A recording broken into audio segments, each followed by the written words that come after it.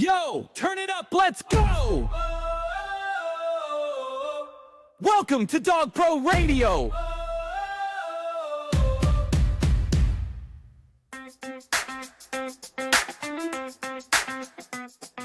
Welcome to Dog Pro Radio! Are you overwhelmed trying to run your dog training business and market for it at the same time? Let's be honest, scaling isn't an option anymore. If you're not using Meta and Google Ads to market for your business, you have already fallen behind. And this year, it's gonna hurt more than it ever has before. We create proven Meta and Google Ads campaigns that will help grow your business and get more clients in the door. Every day that you wait is a day that your competition is taking action. And more importantly, taking leads from your business. So if you're ready to scale, click the link below to get started. We're offering an exclusive rate for IACP members. Get your free month of marketing today.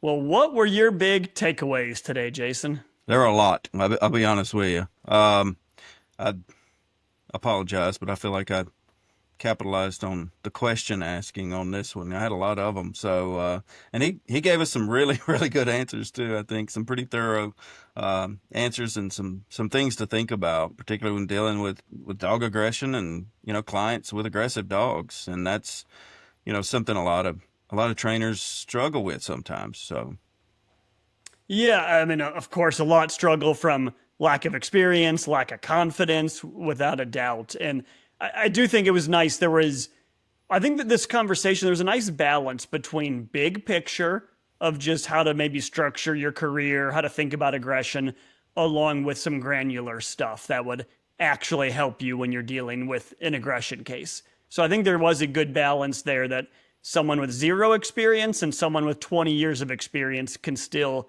get something out of the talk, which I think will be nice.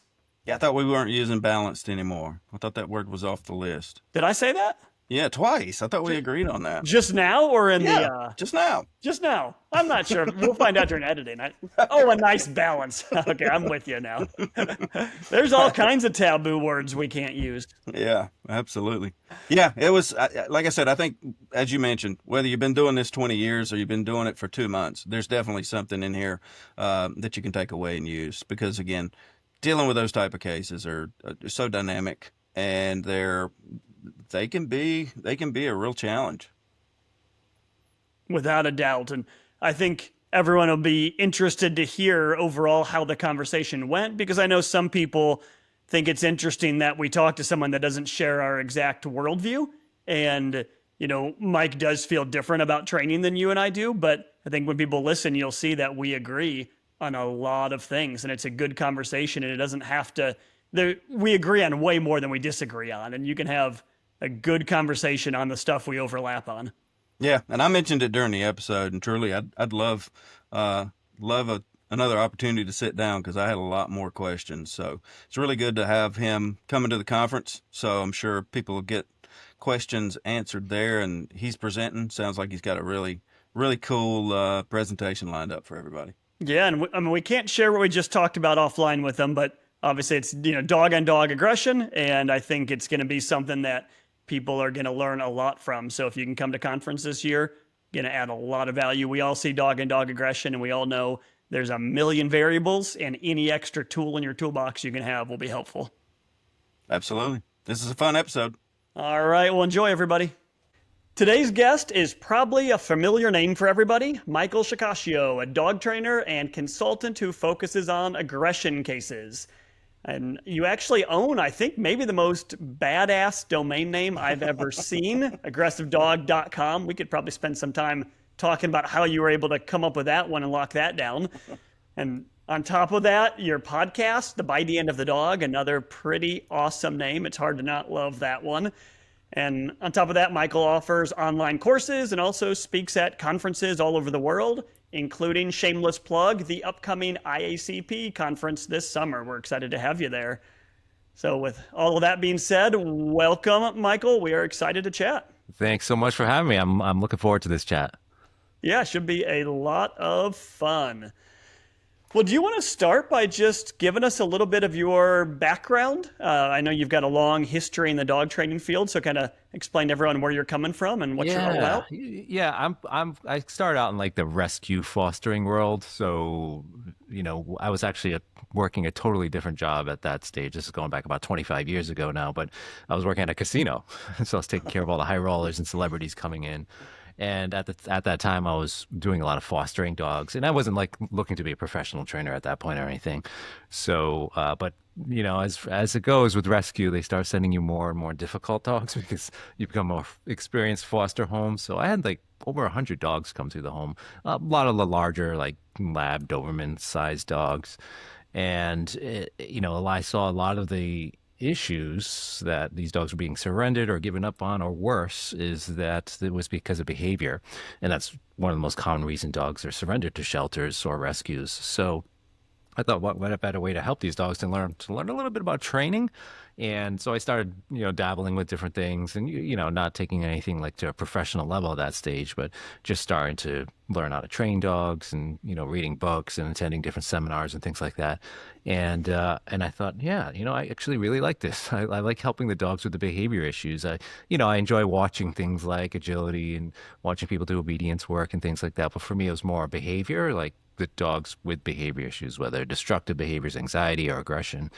So, and then I started really leaning towards aggression because I felt like that was what I, liked working with the most. I liked, and you get, it really is rewarding to see that happen when you see a dog stay in their home that had aggression issues because you were able to help that dog. So I got hooked and I started training clients on the side a little bit. And as most trainers start out, they start out part-time and maybe they work in another job, and that snowballed kind of quickly. It took me about a year before I was like, you know what? I don't need to work at the casino anymore. So left that job, which was tough. That was tough because I had a family, how it is. You have the medical insurance, you have all those things that are, stable, and then you're going to leave all that to be like an entrepreneur on your own. So that was a big jump, but it all worked out, so, here I am today being lucky to do what I really enjoy doing. That's awesome. It took me years to convince people I wasn't a dog walker for a career. Because family members and older people in the family, like, no, it's like, this is an actual job. People train dogs for a living. Yeah. Yeah. We were just talking about that too. Like, when you first start out, people are like, oh, so you work with puppies all day. I'm like, not quite, Like, and you start out thinking that's what you're going to do. Like, oh, I just want to work with dogs. I'm getting sick of people. I'm getting tired of working with people. And then you realize that's all you're going to be doing is working with people, especially with behavior cases. It's all about the people. The dogs start to become the same thing over and over. It's the people you work with. So if you had asked me that or told me that actually, hey, someday you're going to be really dealing with some difficult people, some difficult cases, some difficult decisions, navigating social media, hiring attorneys to protect yourself, like from all the other trainers. It's like wild how things evolve in your career. But yeah, it's, yeah. Started out kind of just wanting to work with dogs, but that's changed. It sure does snowball. And like we were talking about before we even jumped on the air here, was a lot of our job is dealing with clients, right? And sometimes feeling like that counselor or that therapist to either settle disputes or make them, feel better about the situation and what the task at hand. It's amazing what our job is actually like. Yeah. Yeah, definitely. It's especially in aggression cases, you gotta like working with people because that's really what it's all about. It's, you can do some things on your own, like say you're doing board and train or day training or different formats of training, but it really does boil down back to the people with aggression cases because so much of it is in their environment, so you can take a dog and do really well at your home or your facility, but then once it goes back to their home environment, if they're just doing the same things that are, perpetuating that behavior, it's just going to come right back. So we've got to work a lot on the human side of things, right? Absolutely. It's kind of funny what you said about the shelter. I think that seems to be everybody's experience. The better job you do with those dogs, you're generally rewarded with a lot more of those dogs. So yeah. And I tell trainers that are just starting out all the time, if you want to get good experience, good hands-on experience handling a lot of dogs, just go volunteer at a shelter. Like you're not going to get really other than that is fostering dogs in your home with your own dogs and your family and your kids. That's another great way to get experience about managing things in the home. But yeah, I mean, unfortunately, there's a lot of lack of that is the hands-on stuff because there's a lot of online learning, which is great. It's good to have that information out there, but it's, the hands-on stuff, if you want to get your training chops, shelter or fostering, top two ways. yeah, that's definitely something we brought up in probably a couple of earlier episodes, recommending to young trainers, new trainers, you want to get that hands on. Shelter's a place to do it. So Yeah. good to bring that up again. Yeah. Yep. Another good option is doggy daycare. Even if you don't Yeah. care for it as a business model, there's obviously pros and cons, but Mm-hmm. you get to see a lot of aggression, break up a lot of fights, and learn a lot of lessons the hard way working in a daycare. Yeah, definitely. And just learning about dog-dog communication because you're just watching it all day. I mean, that's some of the best eyes I've seen are folks that have worked in daycares for a long time. They just have a real knack for seeing what's going to happen in these subtle interactions between dogs. So, yeah. Yeah, it's an easy way to burn out. I spent years full time in daycares training Wow. dogs there. And you learn a lot, but it's a hard life. But you also get to see 60 dogs a day, right? Interacting with each other. And like you said, watching a pack of dogs. Yeah. Yeah. I've been doing this for more than 30 years now, and professionally, and to this day, I still cannot wrap my head around how people do that. I know they do it. They do it every day, but to me, it seems like mission impossible. I know it's not because they make it very possible every day. But to me, I'm like, how in the world would you even start with that? It's physically taxing too. You're on your feet all day. You're like, so us older guys, we're not lined up for doing that as much. Yeah. And unless you're lucky at like the best daycare ever, you're on concrete most of the day, and most of them are windowless warehouses, and it can kind of suck your soul a little bit. Being inside in a windowless warehouse, cleaning up after dogs all day and breaking up fights and hearing them bark. Mm-hmm.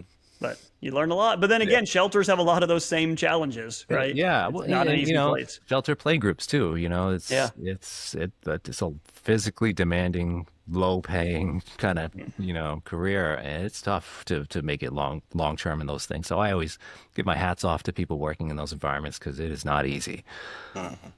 Someone's got to do it. Yep.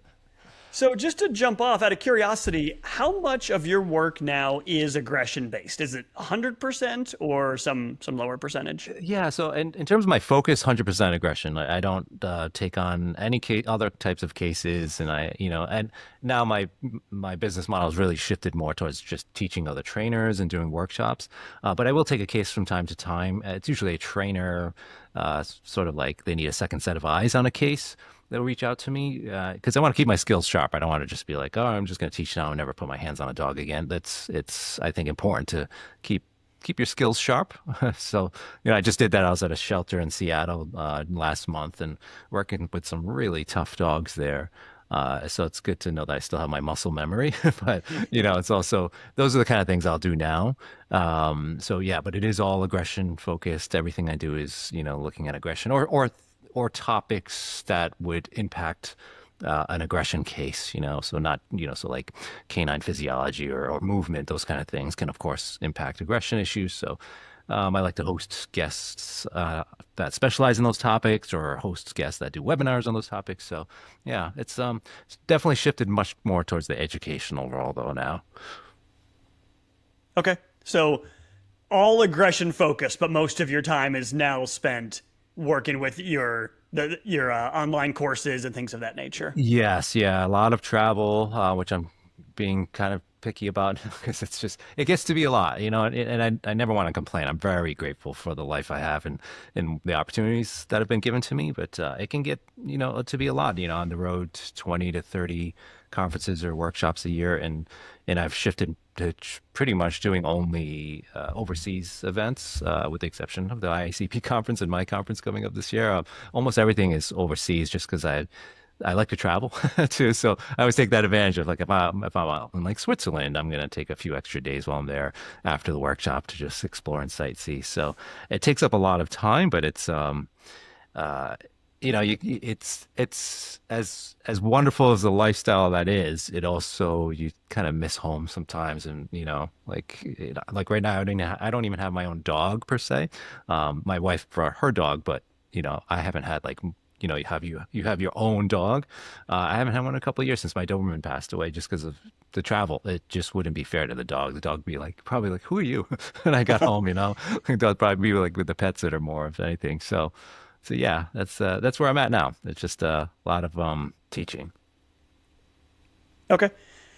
You had mentioned travel and tiring, and it made me think of just of burnout in general, which a lot of dog trainers suffer from. I don't know why we Yeah. have that. It seems like more than some other industries, but especially trainers that work with a lot of aggression. I'm sure all three of us have seen that multiple times. What are your thoughts on that? What's causing that? And on top of that, maybe what could people do to prevent some of that burnout? Yeah, because there's a lot of pressure to solve problems, right? We get hired to work with somebody's dog with aggression issues, and any trainer that's been doing it a long time knows that you're not going to solve every case because there's just so many variables involved. There's the people side of things, the dog, of course, and we can often help many of these dogs, and a lot of that burnout comes from if your mind goes to if this dog was in my home, the dog would probably be okay because I'd be able to do the things that need to be in place. But this person over here is struggling. My client's struggling because maybe they don't have the same time that I can put into it, or the same knowledge or resources or skills. And even though we try to teach them as much as we can, there's limitations to that. And that can lead to compassion fatigue and burnout because we're like, well, this dog would be okay with me, but now they're considering something like euthanasia or rehoming or returning the dog.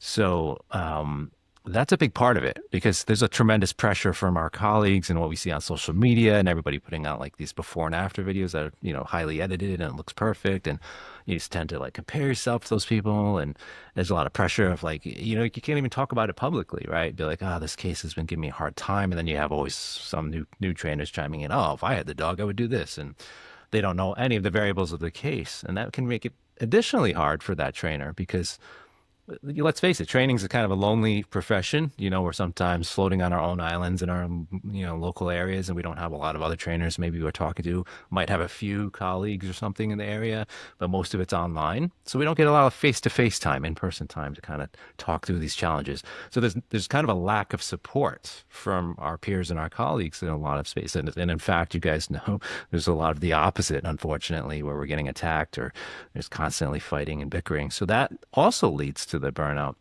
But especially in aggression cases, what happens is like I have like some of my students, they love it. They're first like, oh, this is amazing. They're seeing great results. They're learning new techniques and they're getting super busy because let's face it, there's no shortage of aggression cases, right?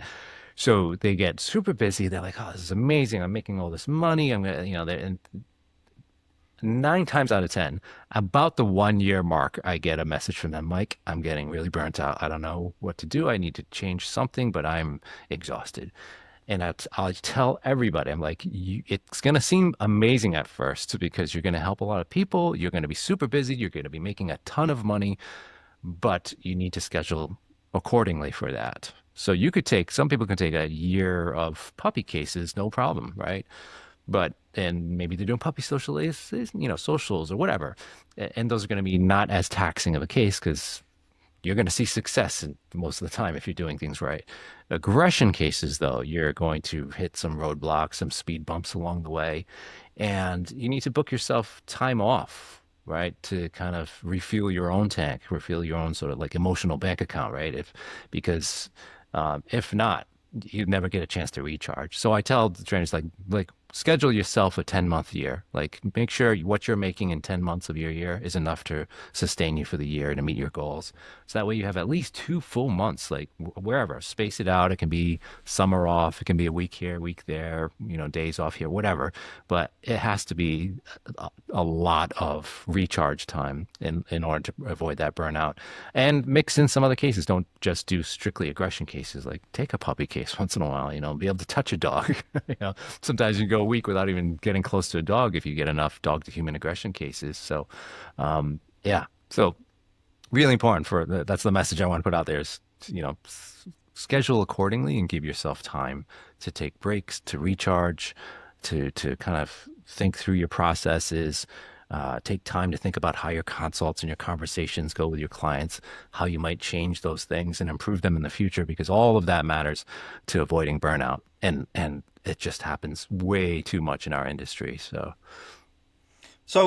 a lot of the younger trainers who are starting out, newer trainers in the industry, generally are not getting involved in aggression cases. So, they are dealing with puppies and training things that are, pulling on a leash and that sort of stuff. So I guess my question is, if somebody's in that position and they're looking to sort of move into dealing with more problematic dogs, right? They're gonna tackle some of these more serious behavior cases. Is there sort of a checklist that you would provide them of, hey, these are the Yeah. things that you Yeah. need to understand and appreciate before you decide that this is a leap you want to take? Yeah, that's a great question, Jason. I think every trainer, before they start getting into like the more behavior cases like separation anxiety or aggression, should have the foundational aspects down. They should be able to get behavior on a dog, teach, the fundamental skills we all know how to teach, like loose leash walking, sit down, stay, all that, the recall, all of that.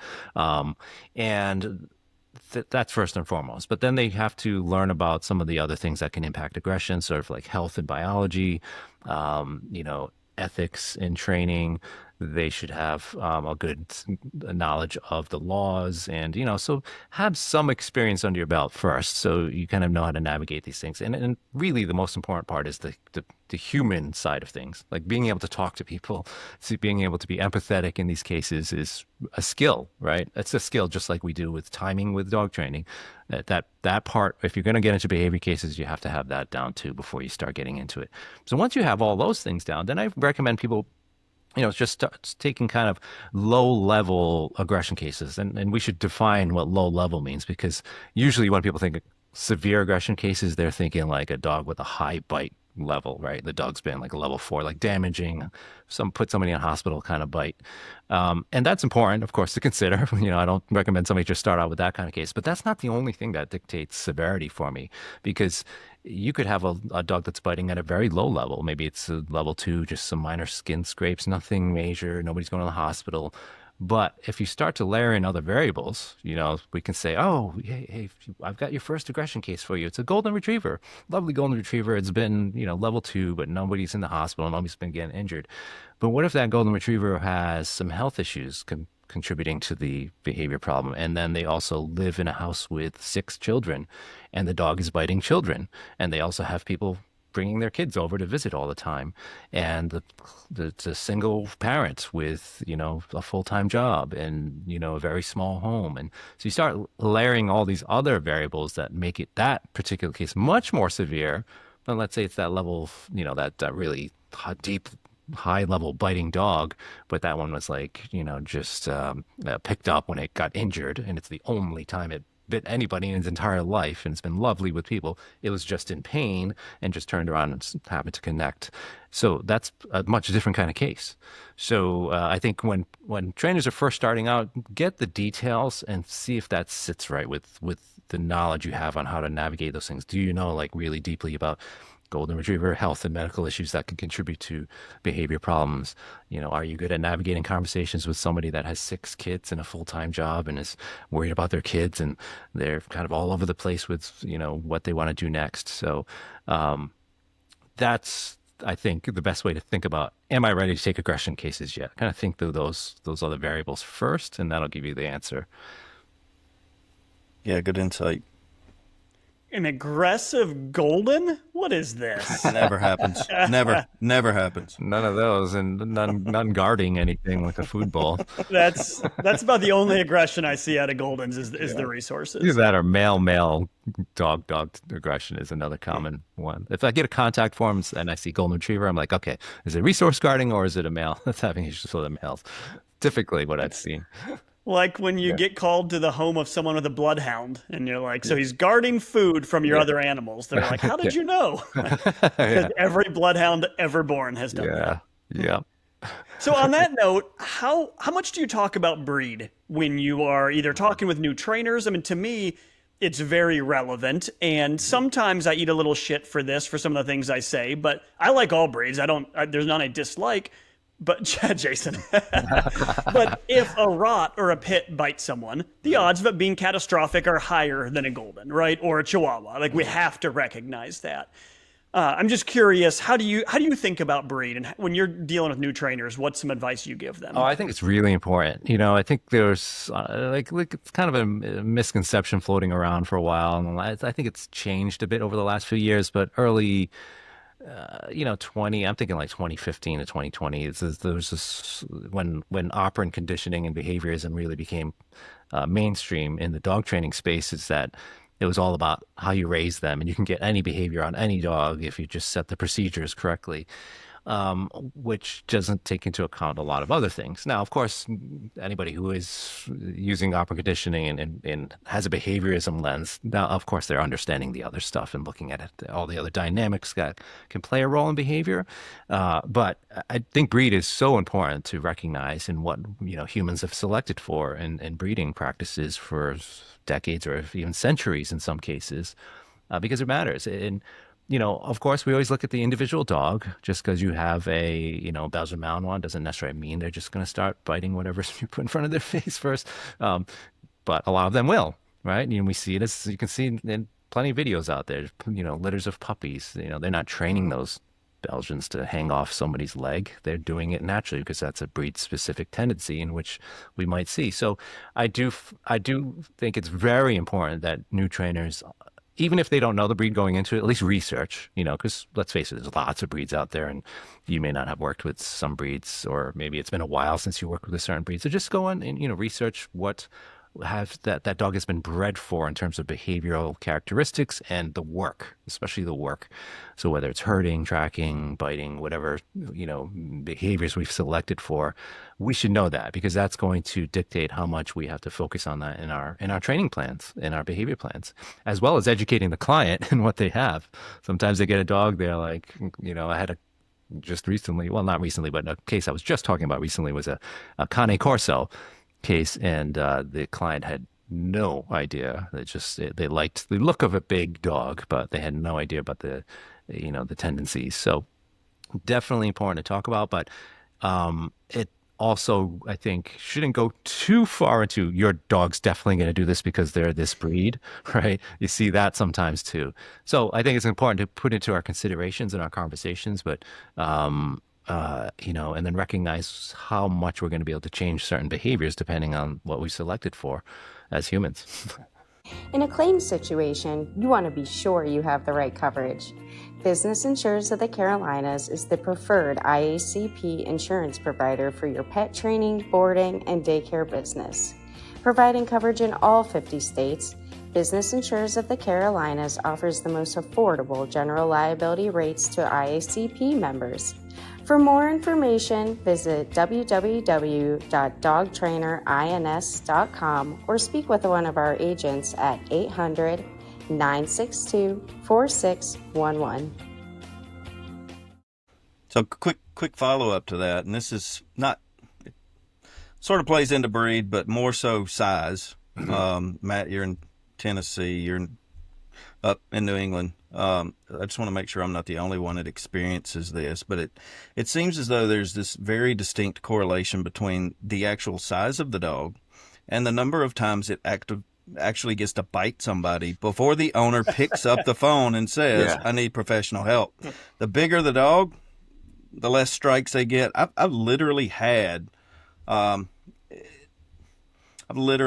smaller dogs, Yorkies, Silkies, 25 bites under their belt, breaking skin before that owner says, we may have a problem and we may need professional intervention. Yeah, it's very, very common. In fact, the vast majority of my clients have been the big dogs, right? So you get some small dog clients, and it's usually at the point where they have been like 25 people or kids, and stuff. So yeah, I think that notion that little dogs get away with a lot more, which they technically do in a lot of cases. But here's an interesting side fact too, is that because of the way the jaw structure is with some smaller dogs, like a Chihuahua, they're actually better biters or more efficient at doing damage than some of the larger breeds. So think of your brachycephalic breeds, because of how their jaw is set and their teeth is set inside their jaw, again, through many years of us tinkering with breeding and things like that. But so, some small dogs can actually do a good amount of damage, and people sometimes forget that. Even trainers, they say, it's just a Chihuahua. Well, some Chihuahuas can bite pretty badly, and I've seen some really damaging bites from small dogs as well. So, but sure, yes, a larger dog's gonna have much more power behind it, but their bite may not be as efficient as some of those little guys. You gotta respect the dachshund for sure. Yeah. Ask me how I know that. Good thing the Chihuahuas don't have a propensity to bite people. So If you say so, Chase. So what about maybe spend some time talking management and what it is like when you're creating a plan for somebody? And I'd be curious if we could even tie this into what we were just talking about, where to me, management plans sometimes are modified based upon the breed, right? You know, we have to be a lot more careful with a dog that could kill somebody or kill another dog versus one that just could injure them. But I'll let you take that wherever you want. What are some go-to things you do with management, whether it's muzzles, educating the client on what to do with their dog? What are some go-tos for you? Yeah, that's such a great question. I think it's first looking at the environment the dog's in, and seeing what's the client can actually follow through with and do in their home and their environment setup. We have to be firm sometimes too, because we have to consider the safety and the risks for the public. So, I'm more direct typically in insisting on certain things, especially when it comes to muzzles and in the public for a dog that has a bite history in the public. Very much environmentally specific. But the next thing I'm going to consider is the welfare of the dog, because we can put in management procedures and things in the home that can really impact the quality of life. And let's face it, many dogs that have aggression issues already have an impacted quality of life because they are being managed. So they're getting less walks, or maybe they're getting put away when people come over, so that their world has gotten much smaller already. And so what we do could make their world even smaller. So we have to be careful what we say, because I can say, just put your dog in a crate when people come over, and then you find out that people are over there 8 hours a day. So the dog's like stuck in a crate. That's not good welfare for that dog. So I like to try to get creative on management scenarios and spaces. Let's say it is Uncle Bob coming over for an hour to visit, and we haven't done enough work with the dog yet. We're ready to do that intro. We might say, do you have a space where your dog could be in, and it's comfortable, but it's not stuffed in a crate? And we can give it some fun activities and enrichment toys, whatever, in that space when Uncle Bob comes over as a management step. So now we're doing things to hopefully improve the quality of life for the dog, while also creating a positive association when people come over. You really got to focus on that, because if not, I see management overdone. Because let's face it, it's reinforcing for the client. They're like, okay, now I don't have to worry about a dog bite because my dog's in a crate or downstairs or something like that. So I find, giving the dog as much agency or, ability to be free in their environment without biting the person or other dog is crucial. So, I've done all kinds of different management. There's really an infinite number of combinations you can do. So if it's like a dog to human aggression case, like a dog that has issues with strangers that has a bite history, I'm using 2 layers of safety, meaning there's 2 things in between the dog and the person when that person comes over, or there's any kind of potential interaction. So whether it's a leash and a muzzle, a fenced in area with a muzzle, a back tie with a muzzle, a back tie with a fence, baby gate, double baby gates, whatever, like some combination of those 2. And then I determine what's best for the dog, because we have seen dogs with barrier aggression issues, right? So the barrier can create the issue if you put a fence in between a dog and a human. So that may not be the best setup for that particular dog. We might say, okay, fences are bad, baby gates are bad. So maybe we should look at a back tie so we don't have that barrier in front of the dog, back tie with a muzzle, back tie with second leash handling. There's again, lots and lots of different setups. So, back ties, crates, gates. I rarely use crates. Baby gates, fences, muzzles, you name it. I've kind of used them all. And I've seen some really creative ones too. I'll tell you a quick story. I had a client in New Zealand, and the dog had really generalized resource guarding issues, like one of the worst cases I've ever seen. The poor woman could literally like lean down to touch the mouse on her computer. And so her shoulder shift would go down, and the dog would come over and attack her, because the dog from a previous owner learned that, hey, this person is about to reach towards my stuff.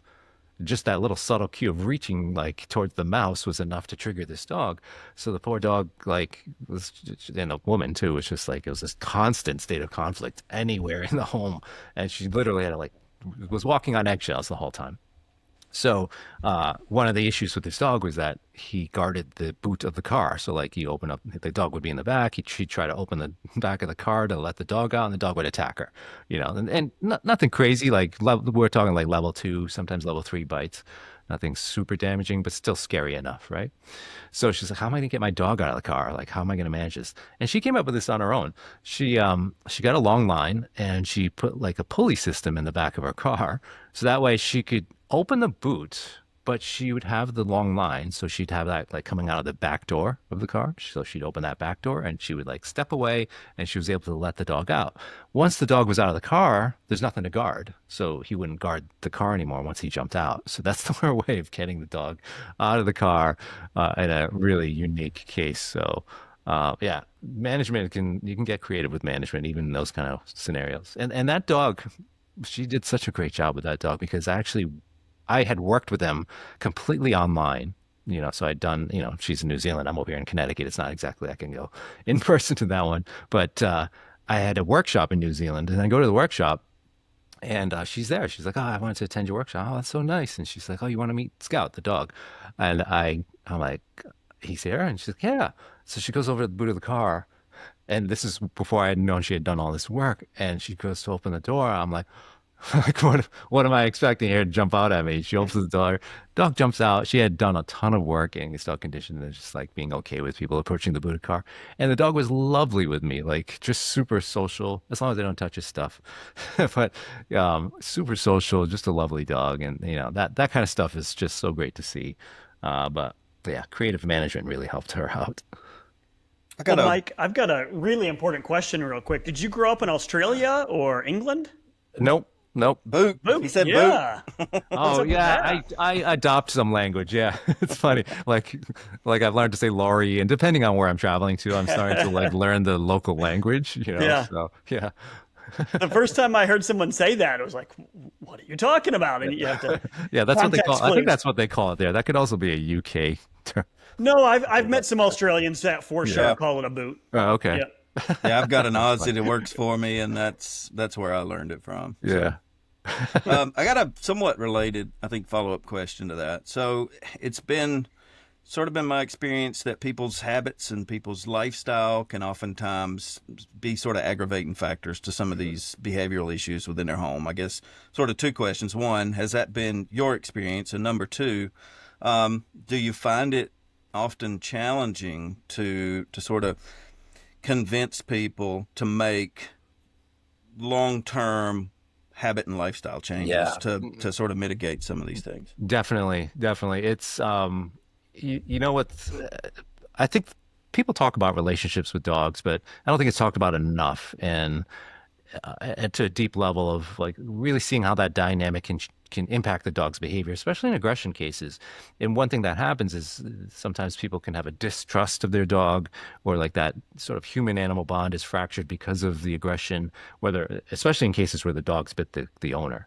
Those are really tough to navigate sometimes because they're feeling pretty lousy about their dog, and they sometimes are already thinking about other decisions besides training and working on the case. So I think first it's approaching it with empathy and understanding. That's the secret to it. Because once you do that, once you open the door for somebody to be like, oh, I'm having problems here and this is why, and they start to admit things that might be happening behind the scenes that they might not admit, so like I hit him or I yelled at him and I didn't mean to, but that's the only thing I could do. And if I come off judging, I'm like, don't do that, that's terrible, then I've lost them. They're going to immediately put up a wall, and I'm not going to have usually a lot of ways to get into helping them. So I try to just be empathetic and understanding. I don't judge, and I've heard some really tough things that people do to their dogs. And then I work to find some mutual activity that I know that they can do together to bring back some of that relationship, that enjoyment, but also building into the training. So if it's just going for a hike with your dog in a location you don't have to worry about other humans or dogs, or is it playing a certain game? Is it learning how to play fetch or tug?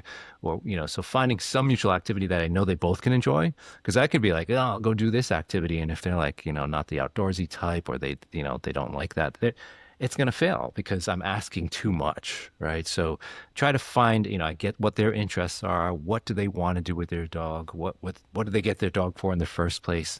And try to build on that to help repair the relationship, because then I'm going to be able to impact, the lifestyle changes, that you mentioned, Jason. Like, what can we do to shift that? Because let's face it, I don't know about you guys, but I've never had an owner completely like, oh yeah, I'm gonna be like just like you. Like I'm gonna relate to my dog like a trainer, and I'm gonna be able to do all the right things and understand body language and communication overnight. It never happens. So, we have to be efficient, and we have to determine what's going to be best for that particular client and their dog to help to hopefully move them in the right direction, while also understanding we're only going to be able to make so much change. And it may be a combination of me and you and a bunch of other people working with this person over years sometimes, but each one plants a little seed, right? And it can continue to go in that way. And that's important for us to recognize as trainers, because if not, what sneaks up on us, right? The burnout, the compassion fatigue, because we're not seeing the changes we would like to see in their lifestyle. But I rest easy knowing that I'm going to do my best going in there, and I'm hope to make a little change in the positive direction. I may not see that relationship to the point where I would like to see it, but I know that I'm doing something to plant a seed to make some small changes. And then, it's on them at that point, right? Because I've done the best I could with the information I have. And, I can't beat myself up by leaving that console and being like, I wish they would have done this, or I wish, this would change with them, because that just sets you up for disappointment. So, yeah. Mike, how would you define success in an aggression case? And it just made me think of that when you were talking about, sometimes we're just looking for that little bit of change in that moment, and that might be enough for right then. I know that's a big picture question, but take it how you will. Yeah, that's a good question, because when you first start out, people define success as like the before and after. Like, my dog was reactive on leash, is no longer reactive on leash. Success, right? So, like, yeah, sure, we can look at that particular component, but we have to look at other variables. Is it just the person seeing a path forward with their dog and understanding this may be a lifelong management case? Is it them understanding their dog more? Is it them understanding a little bit more about themselves? Is it just a better relationship between the dog and person? So, I'm typically looking at quality of life. We're seeing an improved quality of life for both the dog and person. So, not just looking at behavior, but because that's often the barometer trainers use to measure against each other, right? Like, you didn't do this, or if I had this case, I would be able to do that. Well, nobody really knows, right? And that's why it drives me crazy to see those arguments. Like, if I did this or used this tool or did whatever, I would have fixed that. But there's just so many variables that impact a case, not just one little segment like that. So, success for me, yeah, it's all about improving quality of life, for the dog, for the owner, for the people around them, for their family, for their friends, anybody that might interact with that dog in person. And it may be, in some cases, this doesn't get talked enough about, it's that some people have already made the decision to euthanize their dog or to give their dog back, and they're just looking for a professional opinion on that. They've already made up their mind. You're not going to change their mind. And if you don't recognize that, or if a trainer doesn't recognize that, think about the burnout there. Like, if you're like, I don't know, what did I say? Did I do something wrong? What did I do? You end up second guessing yourself. So in a very small percentage of the cases at work, they've already made up their mind. There's no changing their mind. They just want to hear it from you. Like, yeah, you have either a dangerous dog, or this dog is really suffering from a health issue, or, they just want to hear it from a professional. That is success when you think about it, because you are helping them rest better with their decision, because now you've given them a more objective viewpoint versus a subjective one that they're having, and all the information they're getting from everywhere, from Google and friends and family. Their mind's often all over the place. So success for us can be just solidifying and helping them navigate that decision, and having less turmoil with it. So, and that's a tough one too, because, sometimes behavioral euthanasia is looked at as a failure in some circles.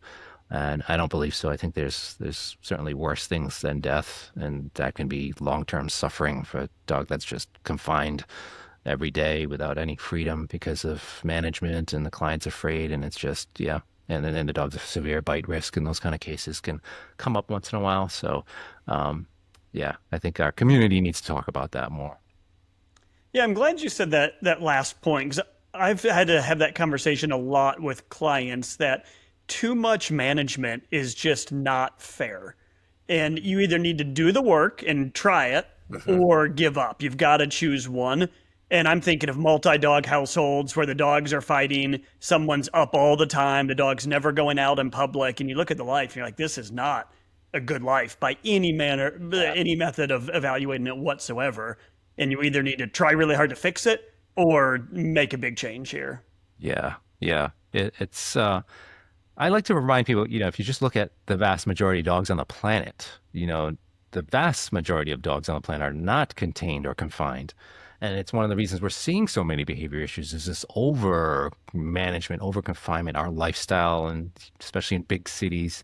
It's just not natural to what dogs have lived for thousands of years of just having freedom. So suddenly now they're finding themselves in these small apartments, or livestock guardian dog, right? In a small apartment in New York City you can kind of assume what's going to happen there, right? Because it's just a lack of freedom, lack of space, lack of all of the things that we've gone as humans selecting for this dog, protecting large areas, and then now we're asking them not to do that in a small apartment, and then we blame the dog, right? It's terribly unfair. So I like to try to educate clients about, we want to get your dog out. We want to get them the fresh air and the ability to smell different things and go back to being what a dog is in its essence, right?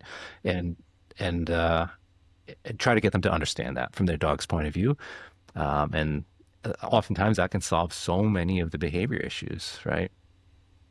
Yeah, you brought up the word freedom a couple times, and I just had this discussion with my class this week, and there was this conversation that sort of led to the word freedom, and the conversation started with the word control, and my position there is, a lot of people want to make sure that they can control their dogs. They want to make sure that they can properly manage and control a dog. But it's my belief, and I guess I'm curious what your opinion is, it's my belief that we will never be able to effectively control a dog if they don't have ample freedom. Because that dog's going to almost always, I've seen dogs constantly seek out opportunities for freedom. And if we're not giving them that and we're not managing that, then, that's always going to be a problem for us. So, we can never really sort of have any type of control, in my opinion, if this dog doesn't get that fulfillment from having that freedom in their life. Yeah. Yeah. That's a really interesting point because, it's like this vicious cycle, the more confinement, the more likely they are going to seek out those opportunities for choice and freedom. If we're going to put the term in defining as like just the options to have choice in your environment, it's like somebody getting out of solitary confinement, and I'm just as soon as they get out and see the sun, and I'm like, hey, come here and sit down, and like, what are the chances of them listening because they've just suddenly experienced this option for doing whatever they want for the first time in a long time. You can imagine it's going to be very difficult to get them to listen to you if they even hear you. So much can happen with our dogs. Now, again, sometimes people are like, you're just saying, let all the dogs loose on the streets. I'm like, no, of course not. But, we do need to think about just how much humans have changed the life of dogs in just the last 50 years, even 50 years ago, you still had people letting their dogs out, or, the dog would go out and come back in the evening, maybe 60 years ago now, but back in the day, there was much more freedom and then less urban environments and dogs being kept in these tight spaces, and it's still, you still see that truth if you just travel around the world. You just go to any place where there's a lot of street dogs, it's just night and day difference in behavior. And, there's just an absence of behavior problems in those dogs that have access to just come and go as they please.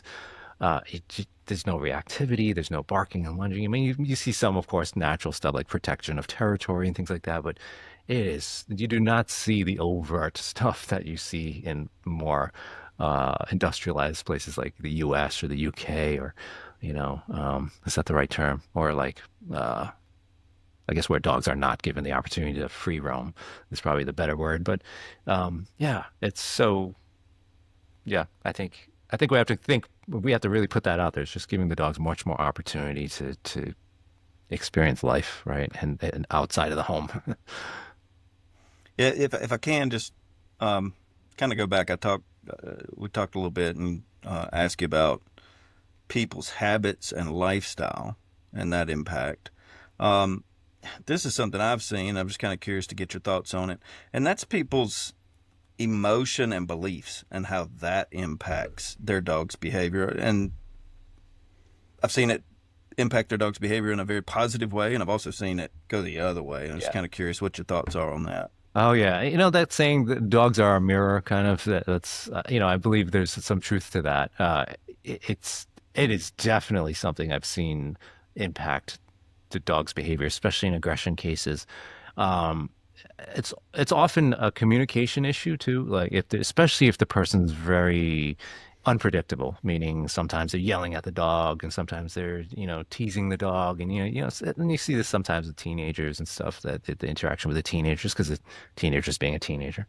So yeah, I think, and dogs are so, when you think about it, they're communicating with us by reading our body language, seeing our facial expressions. They're very in tune. Just like I was talking about with the woman, that just a shoulder shift was enough of a signal in the environment to say, this is a potentially problem. This is a potential problematic situation. So I need to respond to that. So, I think there's many of our clients, they don't realize just how much whatever they do with their facial expressions, or they're getting angry at something, even if it's not at the dog, that can really impact that dog's day.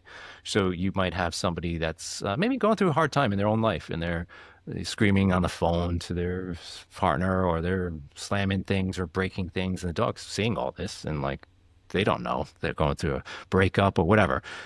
And it's very confusing for the dog, and so the dog can get really impacted. And that's the stressors are stacking up there. The dog's having a tougher time. Maybe the dog's even losing sleep, which can impact some behavior as well. So all these variables start to come up, which the client doesn't notice because they're busy focusing on their issues. And then suddenly the dog goes and bites somebody, and it just seems like it happened out of the blue, or they don't understand why, but it's because of that the dog's having a tough time in the relationship with the person. Because especially for dogs that are, let's just say it's a person that they don't have a lot of visitors, they don't have another dog in the home, maybe there's a single person. That person is the dog's universe, think about it. And so that dog is looking at every little detail, every movement, every word that comes out of that person's mouth the dog is hyper focused on, because that's going to dictate what happens next. Typically, are you going to feed me? Are we going to go for a walk? Are you going to pet me? Or what's next? What are we doing? And if something the client does then predicts an aversive experience, so whether it's the person yelling at them or yelling at somebody else or doing something to the dog, or even if it's not directly related to the dog's going to associate that very quickly. Like, last time I saw them make that look on their face, this happened. And so then in the future, we get called and the dog growled at me when I was smiling or doing whatever. and we have to figure out those pieces. So it is some deep conversations. And that's why I go back to that empathy point, is I'm not going to get that information out of a client unless they really trust me. If they don't feel safe with me, they're not going to tell me those things, and I'm not going to recognize them. And we'll just be spinning our wheels if we don't look at the relationship part of it too. So when you take a step back and look at the whole picture of these things, sure, we focus on the behaviors, like we don't want the dog to bite Uncle Bob, but that's the easy stuff. It's looking at the person's relationship with their dog, how they might be impacting that behavior, health issues, enrichment or lack of enrichment, which we often see in these cases, excessive management. All of those things need to be looked at first, because if we don't address those things, you actually to do all the training you want around biting Uncle Bob, you might solve it for a little bit, but it's usually going to come back because we haven't addressed the core issues going on. So, yeah, one of the things that I find challenging at times with clients, and I'm sure you and Matt both have run across this at least once, and that's the client's nervous that the dog is going to react a certain way, and that sort of becomes this self-fulfilling prophecy. That the dog ends up reacting a certain way because the client has this anxiety about the dog reacting or responding a certain way given a certain environment. And that I've had some success with it, but that one can oftentimes be very challenging to try to convince somebody to behave or to believe differently. Yeah. when they put their dogs in certain situations. So Definitely. I think a lot of it has to do with what the client does. So going back to the communications piece, a good example is a dog that's lunging at other dogs on walks, right? So the client's out there walking their dog, but they start giving little signals that start to predict that negative event. So it could be like, I've had it, clients like holding their breath for just a brief moment. We may not see it when we're watching the client, but the dog does. They're definitely seeing that. Or it could be them reaching towards their treat pouch subtly, or they're holding the leash a little bit tighter. You know, they do the wrap the leash around the hand kind of thing, and they start getting more tense. And the dog's like, oh boy, here we go again. I see they're doing all those things that something bad's about to happen. So no, I'm going to get ready. And it's all these precursors or these signals to cues the dog into something negative. So, yes, I think the dogs can, I don't think dogs are mind readers like that, but I do think they are able to pick up on the cues that we give that signal a certain emotion as well as how we're feeling and predictive of what's going to happen next, right? So that's why I always recommend videoing stuff too, like because you will start to catch these little things, especially in the cases that you're kind of getting stuck on. You're like, huh, seems like we're doing the right things, but the dog's still having problems here or there. What is it? And sometimes it's just those cues that the client has taught the dog to respond to. So video will often unravel that because it's hard to see that in real time. Video, if you watch it back, you're like, oh, okay, there's your shoulder going again. And that's when your dog's, so just a little side tip for any of the newer trainers out there, get things on video. Get your client's permission, but then, yeah, get it on video. I think that's one of the challenges, with you training, doing a lot online and consults, I can see the challenges there. What I'm thinking, and back to Jason's point, is when I have a client like that that's really struggling, I show them, like, I'll just take the dog, which is not always the best choice, right? But I'll train the dog until it's no longer doing it. And like, look, see, the dog can do it. And that's a way to build some confidence. They still have to get the confidence themselves, but I can imagine how hard that is through a video consult when you're like, just trust me.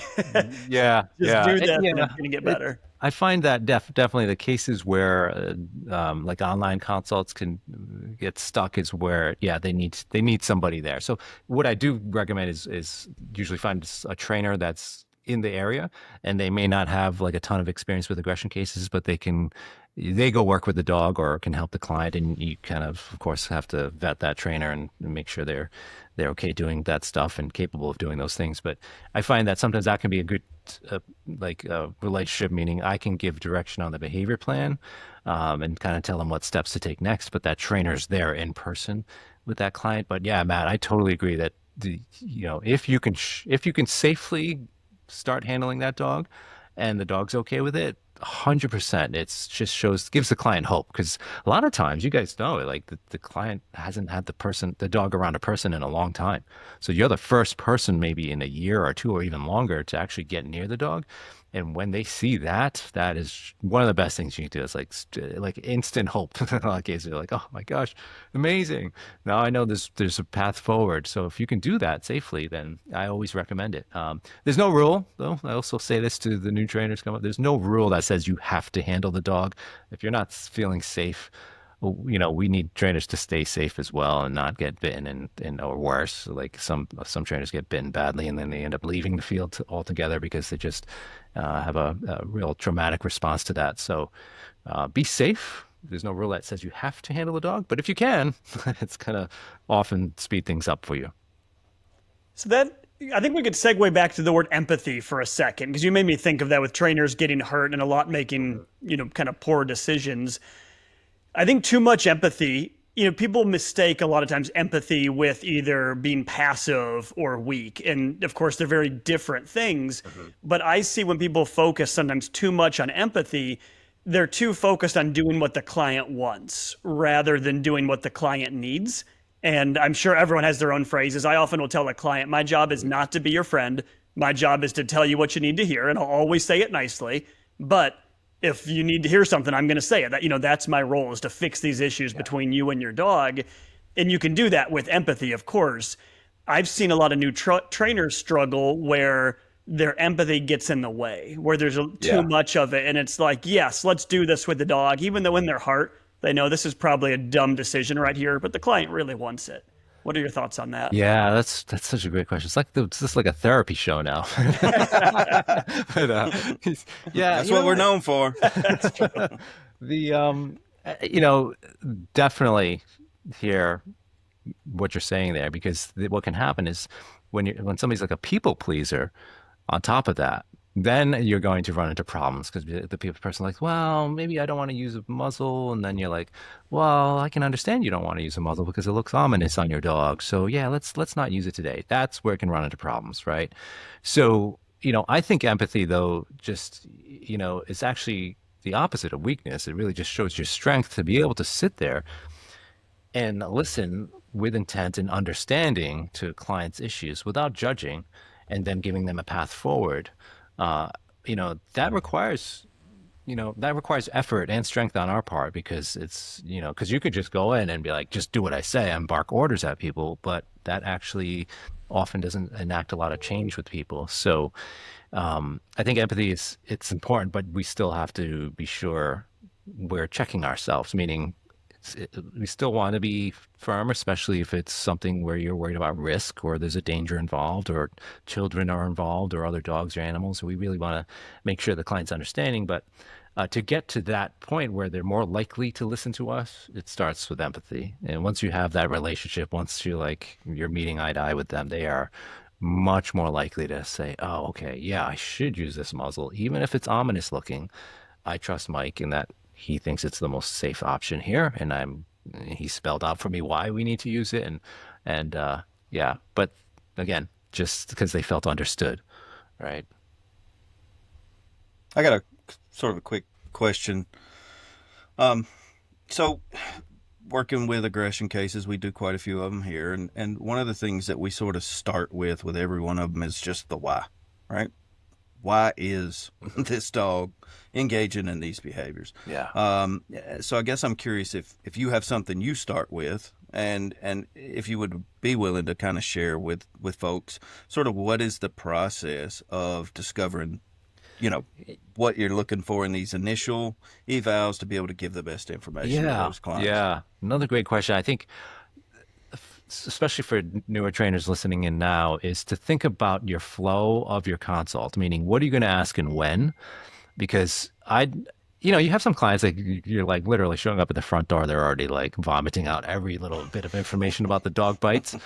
And then you have other clients, they need time to because that's sometimes a very emotional thing to talk about. And so if I don't have that trust with them, I'm like literally walking in the front door, and I start asking, like, so tell me about when your dog bit.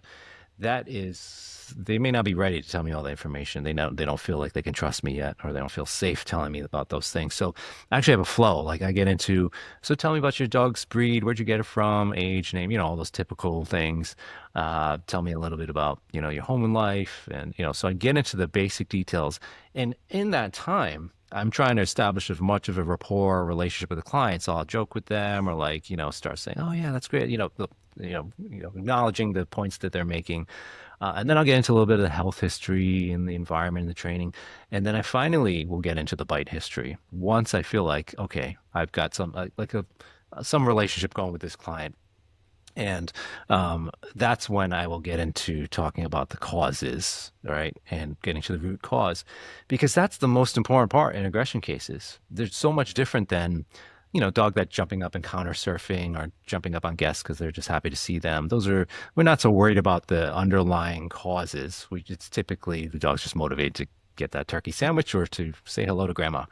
So we're not worried about negative balanced emotions or health issues typically. So with aggression cases, though, it is almost always about the root cause. So it's just like the symptoms we see: barking, lunging, growling, biting, snapping. Those are symptoms of an underlying cause.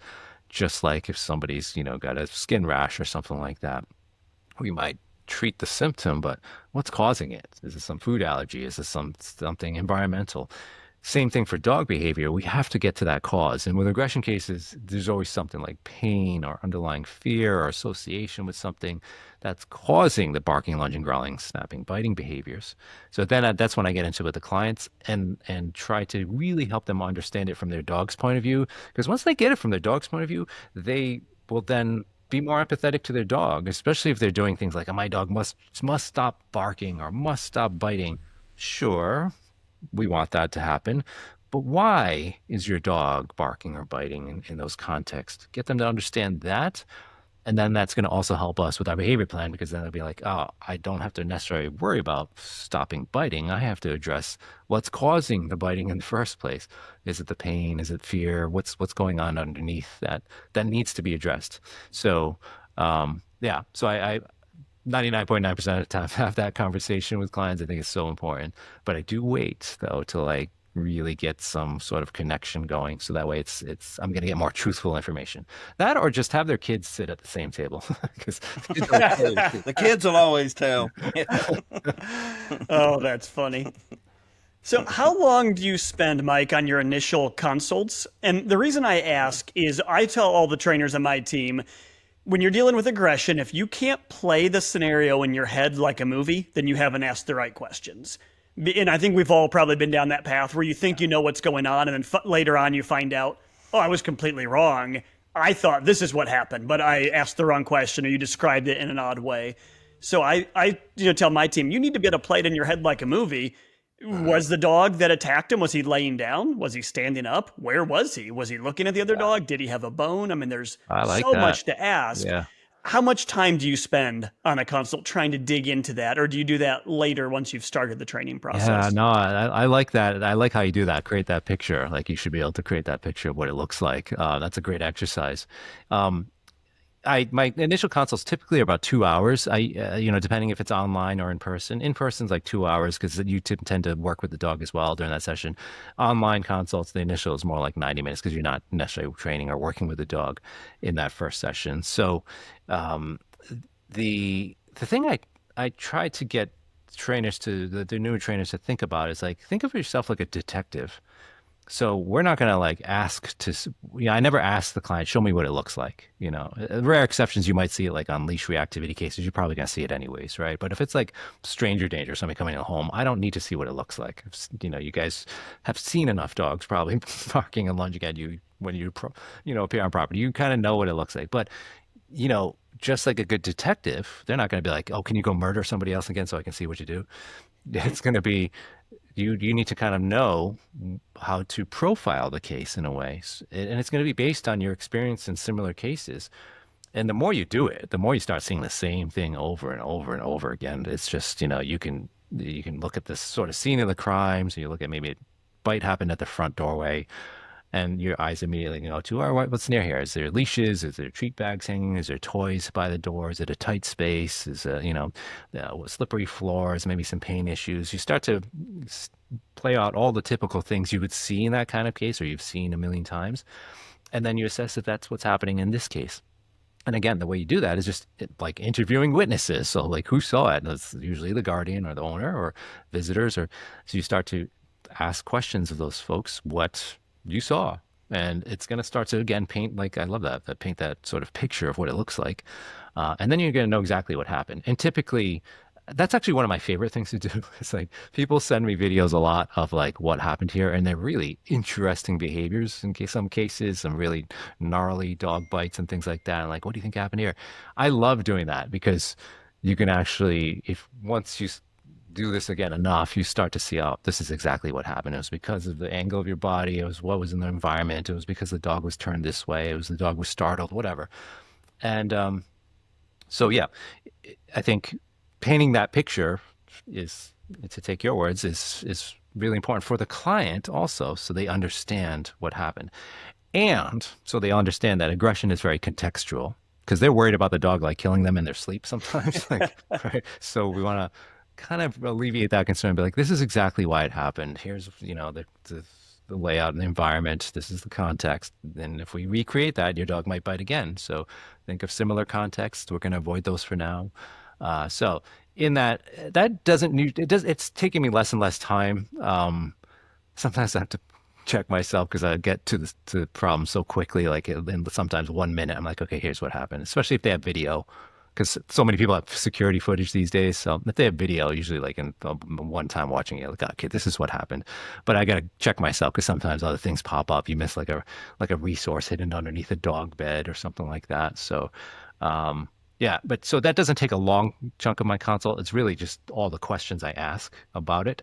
Then making the assessment of what happens doesn't take long. But again, if you do enough of the same cases, it's like, and another quick tip too is a lot of people have their consult forms or their intake forms that have a bunch of questions. So trainers will be like, all right, I need to ask these questions.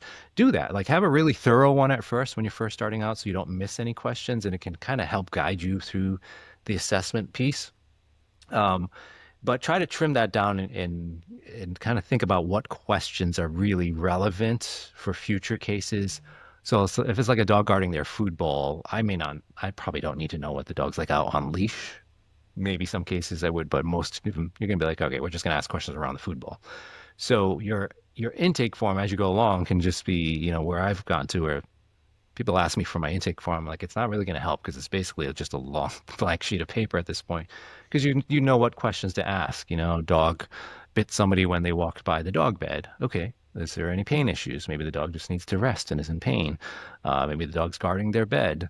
Maybe there's been a negative incident where somebody's tripped over the dog in that area. What else is in that area? Any other resources? What's your dog like with people in general? So you start to ask those questions that are really relevant, and then you can shorten the intake process as well. Because I think it's also really important to be efficient. Like, I don't know how long you guys do a consult for, but I find 2 hours is kind of max before people start like eyes glazing over, checking out, and like they're just not with you anymore. So I try to be super efficient. If you shadow me on a consult, I do not waste a second. Like we are on point, on business the whole time, because I need to leave that client with something tangible to start working on and to start seeing results right away. Or else if I leave them because I've gone on talking about the 4 quadrants of operant conditioning or something like that, I've lost a lot of valuable time, and that's going to impact what I'm going to leave them with. And I need to leave them with something tangible that they feel like, okay, I've got a plan forward, or else you're not going to get called back for the second consult. You're not going to go back for that follow-up a lot of times. So in that 90 minutes to 2 hours, just another skill is just to get people back on track when they start talking about other things, right? And there's room for that. We want to let that happen, but you got to be efficient, or else you're going to lose the valuable time. Yeah, it seems like there's an expectation from a lot of clients that when you come and do that initial consult, that they get an answer as to what their problem is before you leave, right? Yeah. And if you're not able to provide that, they're going to disconnect, as you put. Yeah. And it seems like that time frame that we have over the years seems like it's starting to get shorter and shorter with people's attention span. Yeah, definitely. It's like, hey, so what's the problem here? What's going on? Yeah. Yeah. What's wrong with my dog? Yeah. And that's a skill we have to develop as trainers and consultants is learning how to assess what's going on in a case. So, yeah, and it takes practice. It takes, just like anything else we do in training, it takes time, but the more cases you work, the easier it is to identify what's going on. So, and it's so much the same thing you see over and over and over. So, and that's what I like about specializing too. Like, I encourage trainers, get the foundational stuff down, know how to get behaviors on dogs, know how to solve some basic problems, but then choose like which lane you want to go. Do you want to specialize in like aggression, or is it you want to work on more just foundational skills, or do you want to do agility or separation anxiety? Because you're going to get good really quickly if you focus on one thing and decides that's your niche, and then everybody's going to just refer to you for that particular thing. And now what I love seeing is some of my students are focusing on segments of aggression. So like some only take resource guarding cases, or they only do leash reactivity. I mean, that is getting really niche down, but I find that they are some of the best at what they do because that's all they see over and over and over. So they see every kind of case and every kind of dynamic. They know how to solve most of the quirky problems that we may not see if we're taking a huge variety of cases. So, and it's a good business model too, I think, like when people know you specialize, especially in this modern day of online training as well available, and people knowing they can learn just about anything online. I think it's a great business model because people will remember you and start focusing on sending you those cases if they don't want to take them. And not a lot of trainers want to take aggression cases, so. That leads me to my next thing. We had an earlier guest on the podcast who mentioned that dealing with aggression cases is really not for everybody.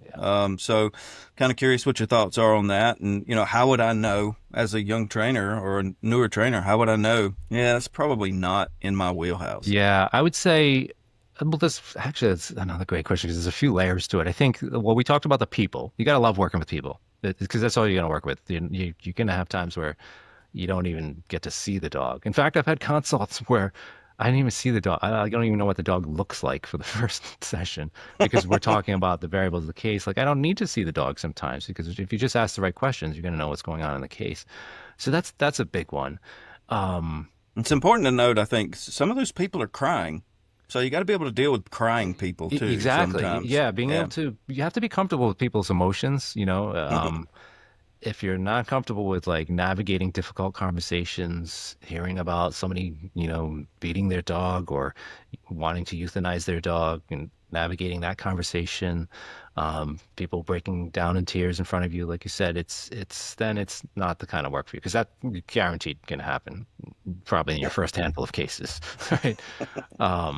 So that's part of it. The other thing is, some people can be afraid of dogs. Like some trainers I know got into training because they were afraid of dogs. They were bitten or attacked as a child, and so they're carrying that trauma later on, and it can be difficult for them to work with dogs that are, you're showing up and as safely as contained as you ask them to be. They're still barking and lunging and growling at you as the trainer in the home.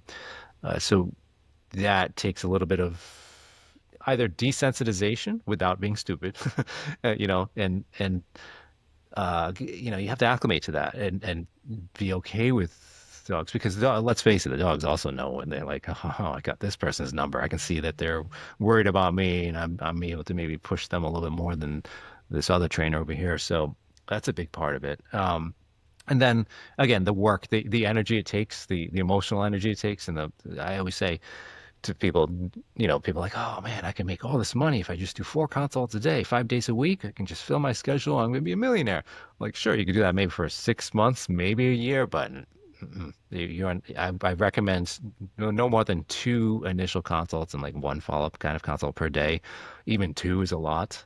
So you should be charging accordingly. Like your aggression cases require so much more effort that your pricing should reflect that. There's nothing worse than when I see somebody charging the exact same for like a puppy class as like an aggression consult. It's you're spending so much more energy and it's riskier. Let's face it, you're putting yourself at risk, and especially if you're only doing aggression cases, you're automatically exposing yourself to a population of dogs that are much more likely it's much more likely for you to get bitten. So that's another part of it. The physically demanding aspect too, right? It's different than, it's like working 2 different types of construction jobs. One's super dangerous and one's like not so dangerous. So the stuff we're doing with aggression cases can be much more risky. So, and that can take its toll on people. So just those are the considerations. I think if somebody's going to just focus on aggression cases, just think things through. And most people I find that do this with longevity for the long term, they just love it. They love the work. They love helping people. They feel comfortable around dogs. They're not fearful of like a barking, lunging dog. Those things all add up to somebody being able to do this long term and be in the game for a long time. Guys, we just want to give a quick shout out to one of our longtime IACP sponsors, Blue Nine Pet Products.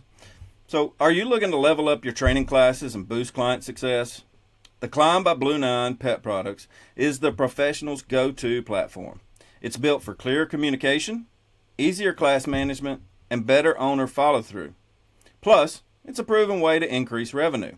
Trainers across the country sell the Climb right from their facility. And I know we sell a lot of them. We use them in group classes, shelter programs, lots of different ways we implement the Climbs. And with exclusive wholesale pricing, there's never a better time to get started. Visit blue9.com to apply today and start building a better training business. Yeah, it seems like people have to, just based on my experience, they have to really sort of enjoy the, as you sort of alluded to or said before, the investigative side of getting to those root causes of behavioral issues. Because that's, unless it's my belief that unless you can clearly identify the root cause or root causes of the behavior, you're going to really struggle in having any type of plan that's going to be successful long term. So, you really got to have to drill down sometimes. And clients can be a little dodgy sometimes, unintentionally. Even Yeah. unintentionally, Yeah. they can give us bad information. And I think you really have to enjoy being able to be a bit of a investigator to Yeah. resolve some of this Yeah. stuff. Yeah. Yeah. Yeah. And well, you can say the same thing about people too. You see the same dynamics, and we see the dogs, right? And we see the same kind of thing. We were talking about golden retrievers earlier, right? We're like, all right, probably guarding the food bowl or something. But same thing with people. Actually, you start to see the same dynamics with people and how they, like, partners arguing over the dog, or how they're talking to you about how they're feeling about their dog. You start to see that over and over too. So you tend to get better at navigating conversations. And I have this whole bag of analogies that I use. I use a lot of human analogies to help people understand their dog, but it's like I find myself saying the same thing over and over, based on the client, because I know what kind of client I have in front of me typically. Because it's people are more complex than dogs, but you tend to see the same thing, same patterns. Yeah, touching back on root causes, you brought up symptoms of the behavior and the root cause of the behavior. So we generally teach people to go way past those symptoms to get to that root cause. And I tell people, and I don't know what your thoughts on this, but a lot of the symptoms overlap. When we start looking at the different root causes, a lot of the symptoms overlap. So we can't just simply say, this dog's showing its teeth, this dog's growling, this dog's doing this, so it has to be this problem, right? I think a lot of people make a mistake of improperly diagnosing some of these root causes simply because they're focused way too much on the symptoms and not looking at the totality of circumstances. Yeah. Yeah, definitely. Like, actually, for my students, I show this video. It's a Doberman on a sofa with an egg. It's like a stuffed eggplant toy there. And the puppy comes up, and the adult Doberman starts, like, showing teeth and growling towards the puppy. So we have to be careful how we assess that. Is the dog guarding the eggplant toy? Is the dog guarding the couch? Is the dog just trying to discipline or correct the puppy, or is it afraid of the puppy? So those are all questions we need to, like, because if I determine, oh, the dog's just guarding the eggplant toy, and I start treating resource guarding of the eggplant toy, what's going to happen when the dog's on the couch without that eggplant toy next time? And it's actually that. So misdiagnosis is it's easy to do if we don't ask the right questions. So yeah, I like to make sure I'm playing out the scenario in other places. So, like Matt talking about the sort of painting that picture, that video is like, let's put that somewhere else with different variables just to be sure. And let's ask those questions. We don't need to see the dog there, but let's just ask questions.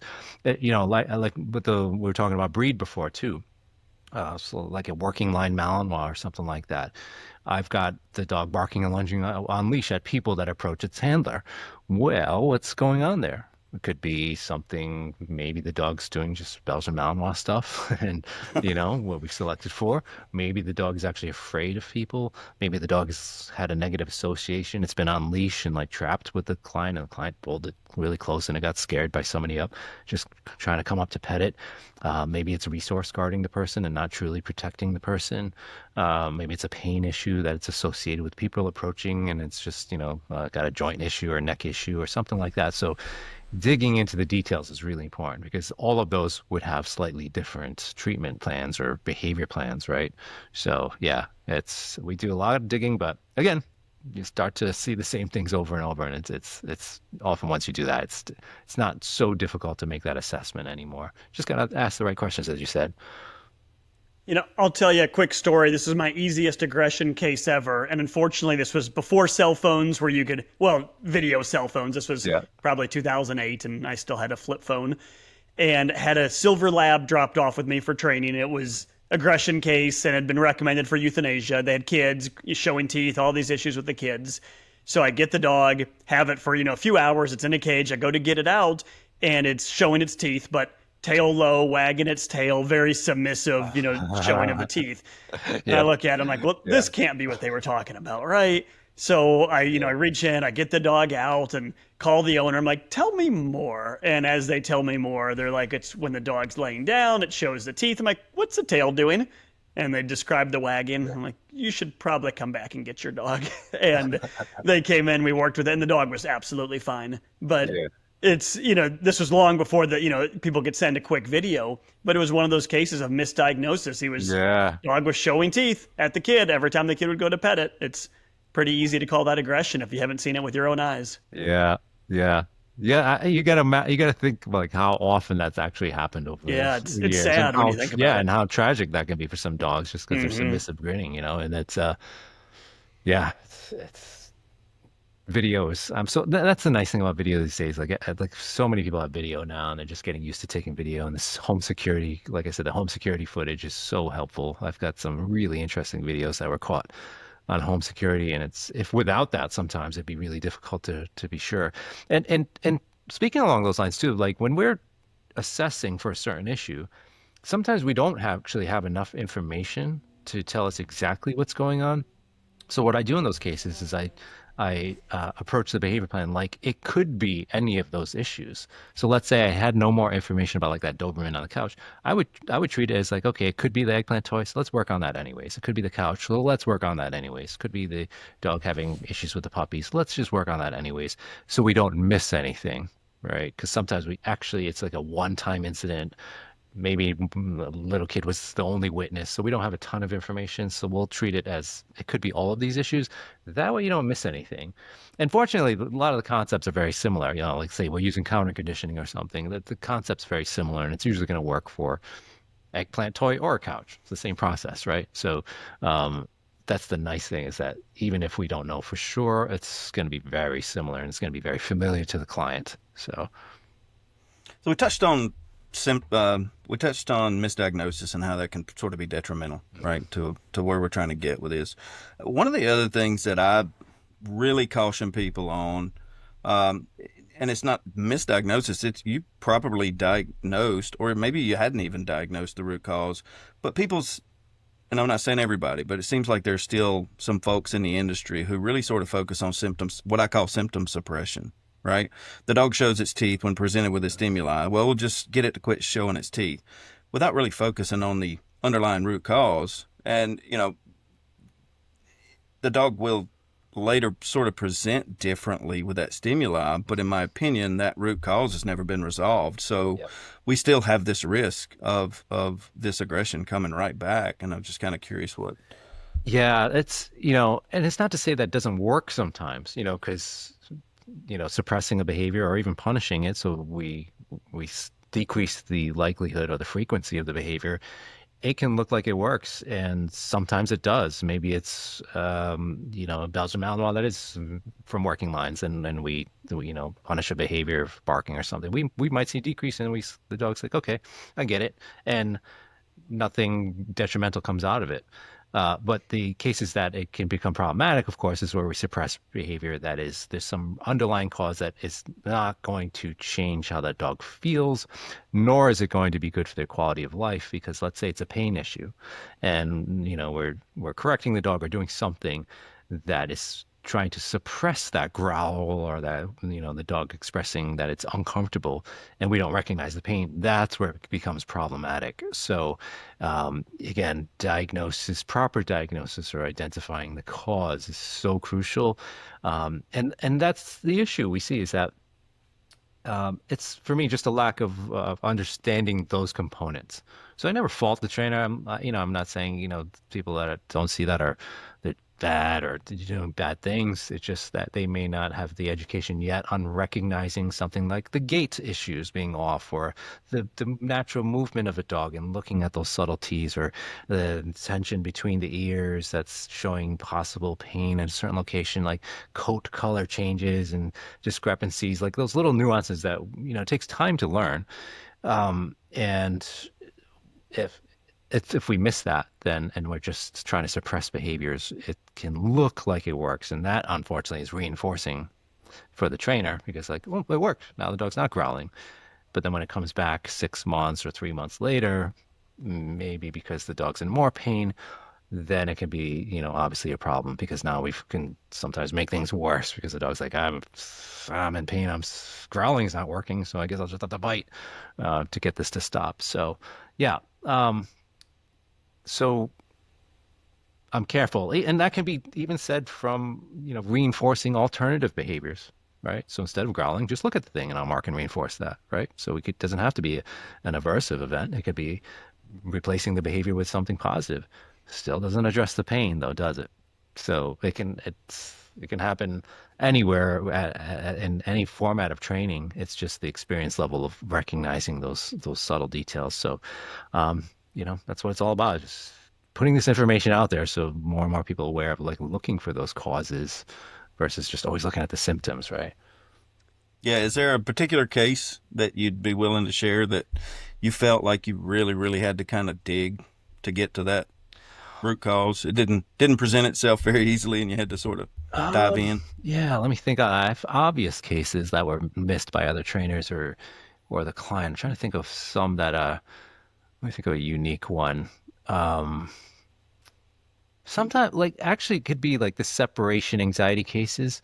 So I've had a few, and it was weird. One summer I had Wheaten Terrier summer. It was like 3 Wheaten Terriers that I don't see too often. They're not super popular up in here in New England. There's a few, but and all of them had separation anxiety of some sort, and they also had aggression issues. And they all presented with, I'm going to bite my guardian, or in 2 of the cases, the third one was more just blocking the door, but as they're trying to leave. So the aggression was happening. Different owners. Different owners, and I was like actually asking, like, where did you get your dog from? I'm like, this dogs all have to be from the same breeders. There's got something weird genetic going on. They were from 3 different breeders, so I don't know what was going on. Like, just something in the universe saying all Wheatens must do this weird behavior. So, but yeah, they had resorted to using aggression to keep the person home, which is such a rare type of aggression case. That is not common. You see some dogs, they just don't want the person leaving, as like because they have the treats, or you see other different reasons for dogs biting as people leave the home. But these were all separation anxiety based cases. So, and it's not so obvious to the person. So you have to dig deep into that, and sometimes they're not even aware of separation anxiety. They don't know the dog's having a hard time because they're leaving the home. They don't see what the dog does. And the dog's not necessarily destructive. Maybe they're just vocalizing, right? And so there's not a very clear-cut case of separation anxiety for that person because they don't know what's happening because they're out of the home. So you have to make that assessment properly first. And that usually involves cameras and seeing exactly what the dog does when a person leaves, not just relying on what the neighbors hear, because it could be other things. It could be confinement anxiety or other different reasons for that. So determining if it's true separation anxiety and then working on that first, because that's the root cause. Because I can teach management and be like, teach your dog to place, or let's get a baby gate up, or whatever, some management activity to prevent the dog from biting lines leave, which is a big part of it. But if you don't address the separation anxiety, dog's going to be like, I hate it when you leave. That's an aversive event, and I hate it. So every time you pick up your keys now or go get your jacket on, I'm coming after you to try to get you to stop. So, yeah, I don't know if that's the most unique kind of situation, but I always go back to that one. It's just a weird summer of Wheatens. And Well, They hey, do seem to come in cycles. they do. And I was just going to note, I think we made it 1 hour and 27 minutes before the word aversive was thrown out. So that's pretty good. yeah, that term itself needs definition. I think the dog training world throws that one around a little Well, too much. that was in the wrong actually ways. Yeah. a question I wanted to ask you, not the word aversive. Choose your own. Is there a word that bugs you in the dog training world that you think is overused, not descriptive enough, causes more issues than it fixes? Is there a word you don't like? I think the labeling of trainers is, so whether force-free or balanced or compulsive, traditional, whatever, is it's not only divisive, but it's misleading. I've been labeled a force-free trainer. I've been labeled a balanced trainer. Like, so what am I? I don't know. I just call myself a trainer, and people can decide what they want to call me based on the work. I mean, I put all my work out there, so it's no secret. I'm not holding anything back. I'm very public about it. I talk about it on podcasts and the guests I talk about it with. So I'm very transparent, but those labels create problems for our industry because it just puts people in a box. You're either team this or team that, and if you're not team this, then you are the enemy, and that's a huge problem because the wild thing is that so many people could fit into either of those categories if you just go watch their training. Just spend some time with them, and you discover that the vast majority of trainers on this planet, not just in the US, but on this planet, are very similar. where a lot of us are doing much of the same thing. Some will choose certain tools and some choose not to, but if you look at it, it's so much more than just tools. It's, you could have somebody that's like, oh, I hate all those tools, but they are doing other things that they don't realize are significantly impacting the quality of life. And that's why I keep going back to it's about quality of life and, relationships with the dogs. Because, if you, again, just travel and go to places where all those tools might be banned, for instance, like there's no particular tools that would fall under their, typical aversive category of tools. And yet you still see people resorting to punishment in other, sometimes much more nefarious ways. They're hitting the dogs. They're doing things like throwing things at the dogs in the name of training. So, yeah, I think the larger discussion needs to be around animal welfare, quality of life for the dogs, what impacts that. Yeah, the tool conversation is going to be here forever, but what gets missed is just, and then we get labeled into these camps. So to answer your question, Matt, it's just that I think labeling trainers into certain, camps or ideologies is a huge problem because it stifles all the conversation like we're having, right? Just a good conversation around dogs and aggression cases. And yeah, so if I could see two words go away, it'd be balanced on force free. Just be like every trainer who happens to, be learning about quality of life and tools and aversives and the real science behind stuff and not just politics. So, yeah, it seems like the conversation was you're either this way or you're that way. And now it seems like the conversation's getting so granular that it's, are you this way enough or are you that way enough? Yeah. And it's just, seems like there's no end to it sometimes. Exactly. And it's unfortunate because with social media, there's a lot of new trainers observing, the statements, comments, behavior of more seasoned trainers or big influencer accounts that maybe not even trainers, and they just happen to have a charismatic way or they just have a loud voice. And so the younger trainers are coming up and seeing all this and they're emulating that. And I think that's something that also doesn't get talked about is like the example we're setting. What kind of legacy are we leaving if we're just going to leave a minefield behind that's just decimated through all this battling back and forth? Or are we going to leave something where we're planting seeds so that way we can look back and see the forest behind us again? So, yeah, I think we have to kind of think through that a little bit more and hopefully conversations will change, but it's tough. The social media landscape makes it really difficult for these new trainers. It's a bit of a wasteland. Yeah. To kind of tag on to Matt's question about words and definitions, I had this question posed to me this week by my student, so I'm just curious what your response would be to sort of the same question. A lot of people talk about relationship. That was brought up earlier in the conversation. And, a lot of people tell you that you need to have a good relationship with your dog. A lot of people don't tell you what that looks like or how to go about it. So the question that was posed to me this week was something like, what is your definition? What does it look like for a person to have a good relationship? What are the components of that? Yeah, that's a deep question, right? Because it's really difficult to define because it's so subjective. It's like the word love, like when somebody says, oh, you love that person or you're in love with your wife or something like that. It's, and then, well, tell me what that looks like. What does that mean to you? And it's going to be different for every person. And so the same thing we have when we talk about relationships with our dogs. You can go to the extremes where somebody like eats dogs, like that's their relationship with dogs, like in some parts of the world. Or you have like something that the dog's just a utility. It's not a pet. It's a working animal that they happen to have like on their farm or something. The dog's not allowed in the home. It's just like another animal on the farm.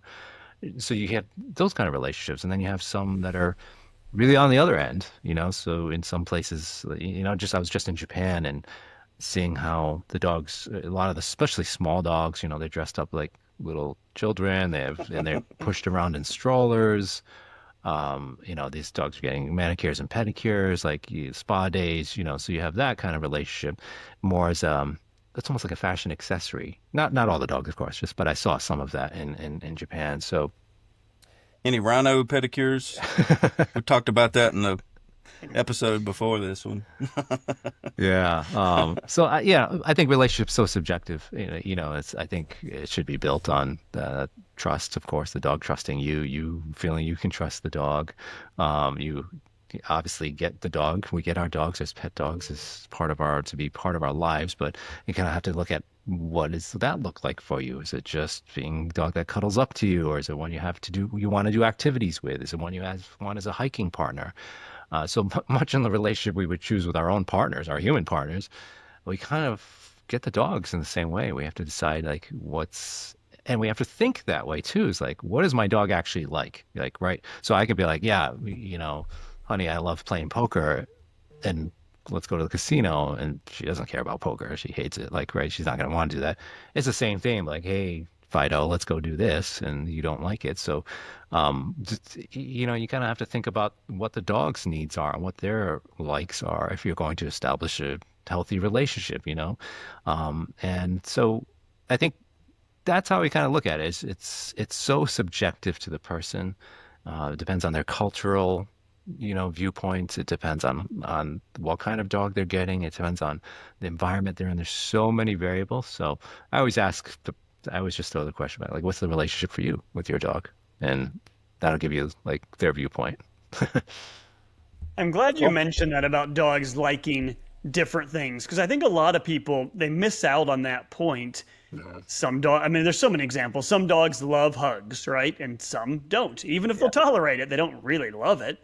Some dogs like to play fetch, like a retriever, but I also see clients that have a dog that has no interest in playing fetch, and they want to put all this effort into getting the dog to play fetch. And like, is it worth it with this particular dog versus finding something that he actually likes to do? And why don't we go down that road with something the dog likes to do? Yeah. Yeah. And when you think about it, a little deeper layer to that is in aggression cases, the disappointment someone can experience because they can't go do that activity that they want to do with their dog, whether the dog likes it or not, right? So, that's another point of the human side of communication. We sometimes have to help them see that, hey, this may not be the right activity for you now. Maybe it's not the right activity for your dog right now. Can we replace that with something else? So again, our job as trainers and consultants is to have other suggestions, things, activities that they can do to build the relationship, to maintain the relationship with their dog that we can sometimes show them. So, stepping outside, just working on the aggression, we might have to show them, hey, listen, your dog likes to sniff. Do you want to go for a hike with your dog where it goes to sniff? And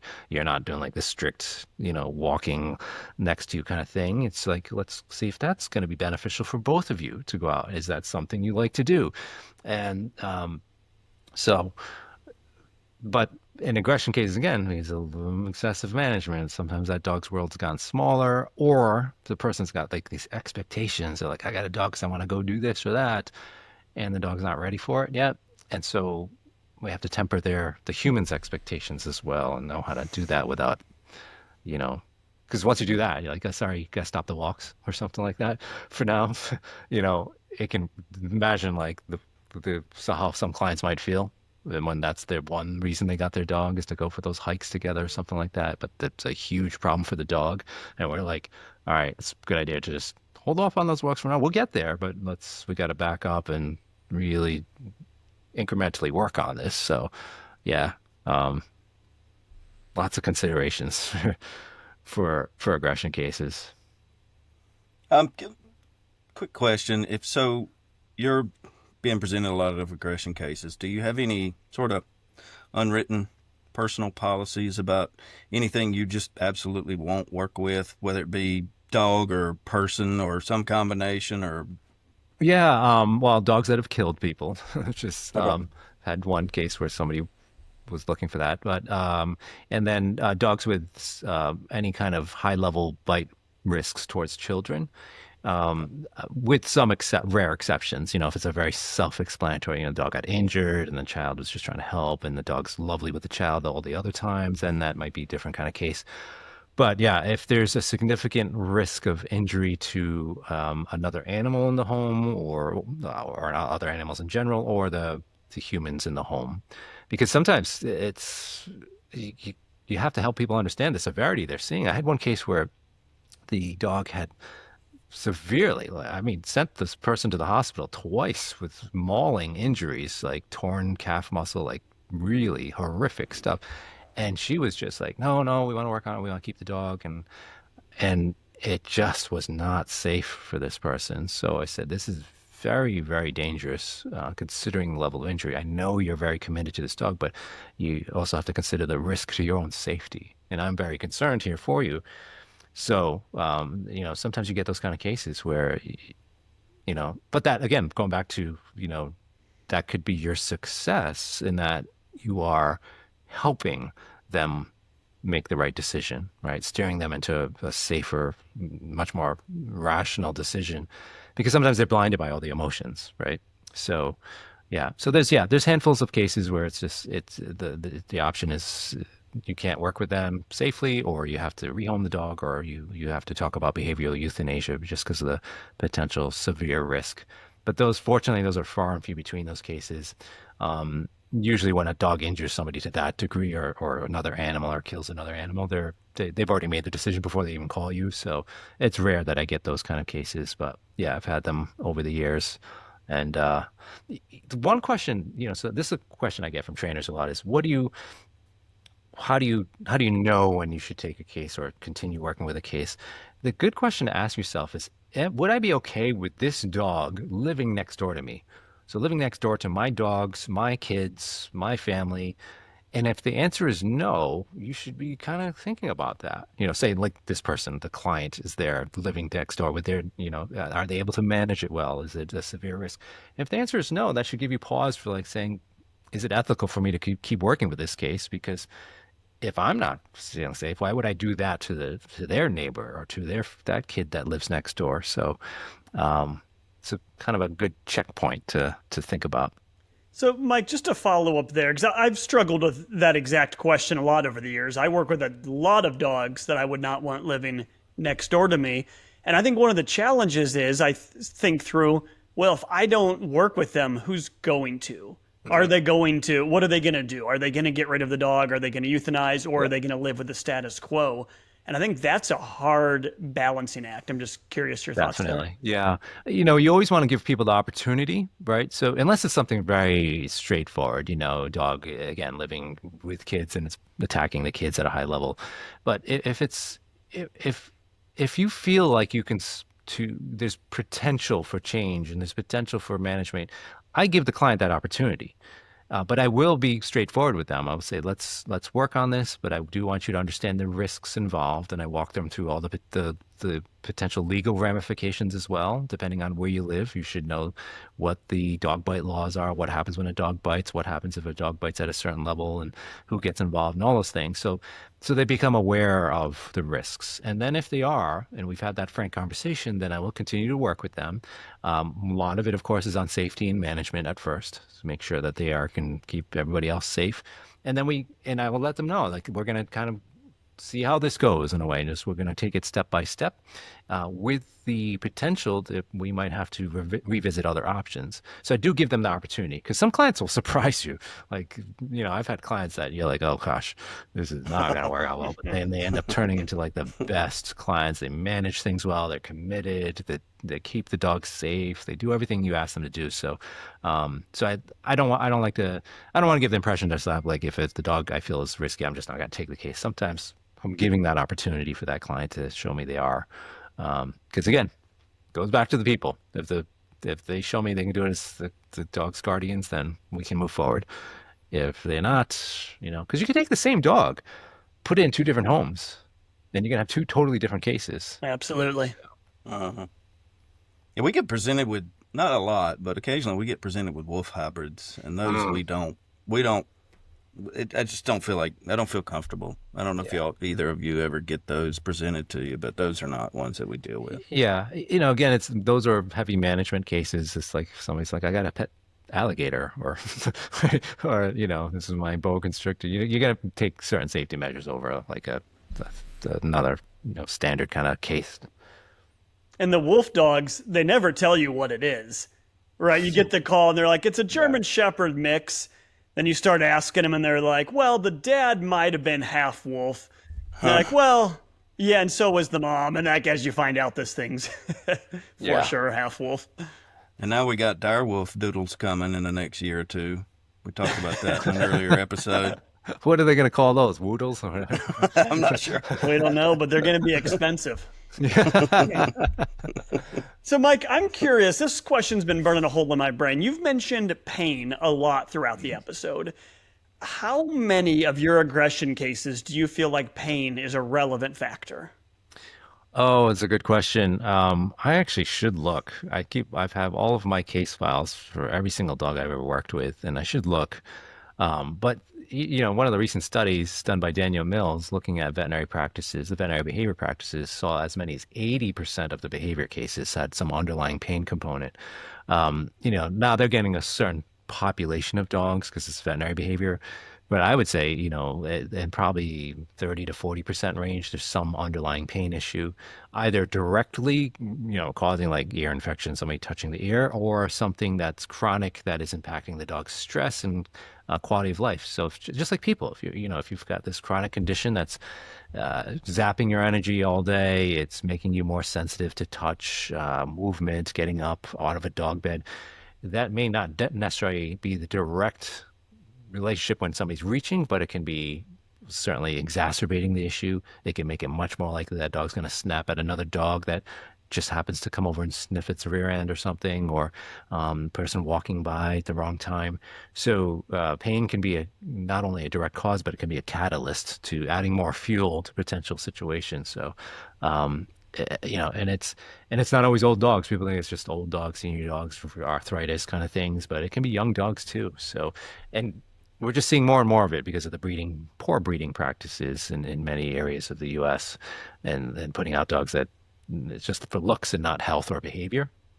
So it's just continuing to escalate, I think, as we're seeing these anomalies and these, the physical health of the dogs deteriorate in some breeds.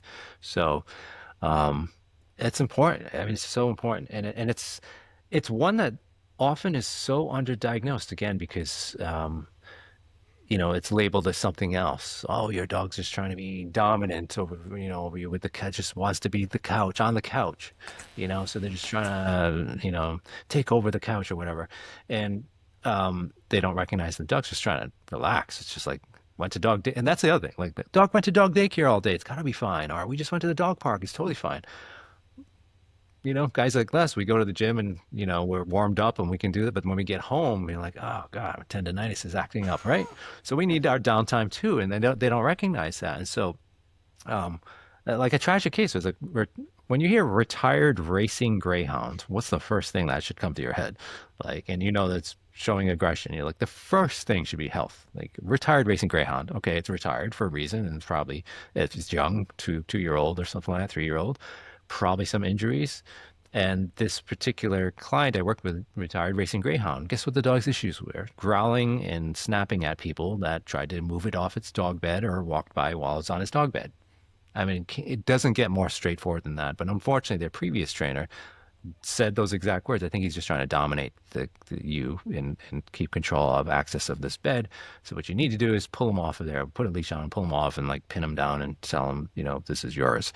So obviously terrible advice, but of course it escalated things because the dog's in pain. It's like it had hip issues, some spinal issues too. So the dog's being put in more pain under the name of training. So, and so tragic case because then that dog also saw their general veterinarian. The general veterinarian looks at the dog like, oh, your dog's fine. There's nothing wrong with it. So it's problematic in many different areas because even in the veterinary community, yes, they know how to look for pain, but it's not always obvious. And they may not have a background in behavior. So they're just looking at, okay, is there some muscle issue or some obvious thing? Am I able to poke around and feel anything? And sometimes they can't even do that because the dog's snapping at them. And then, so the dog actually never gets help. The cause that we've been talking about has actually never been addressed, even when the dog's seen multiple professionals, right?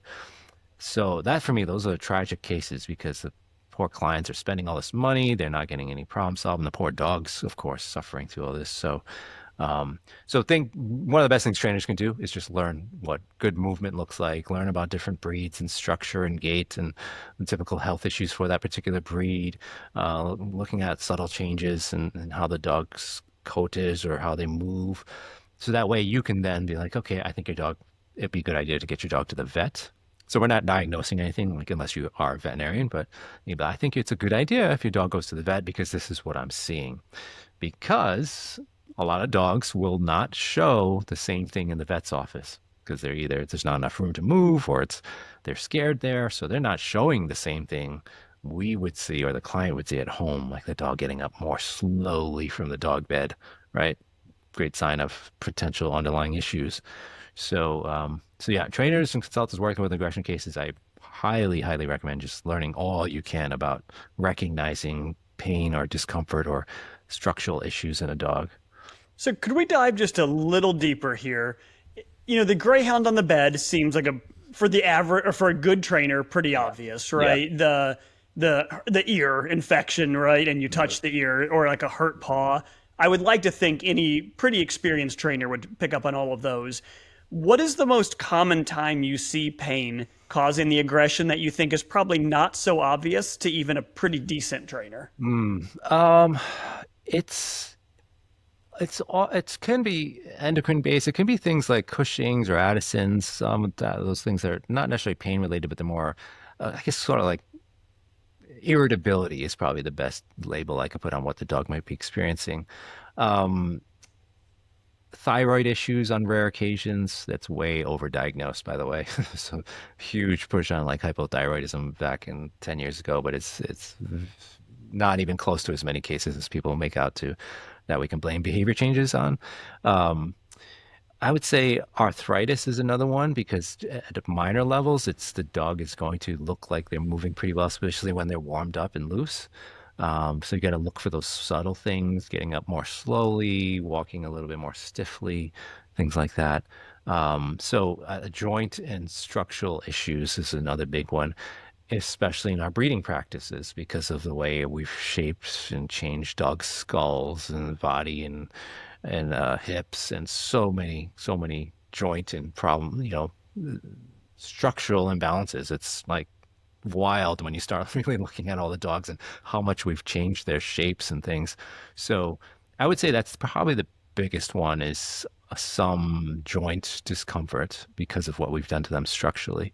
That often goes missing the most.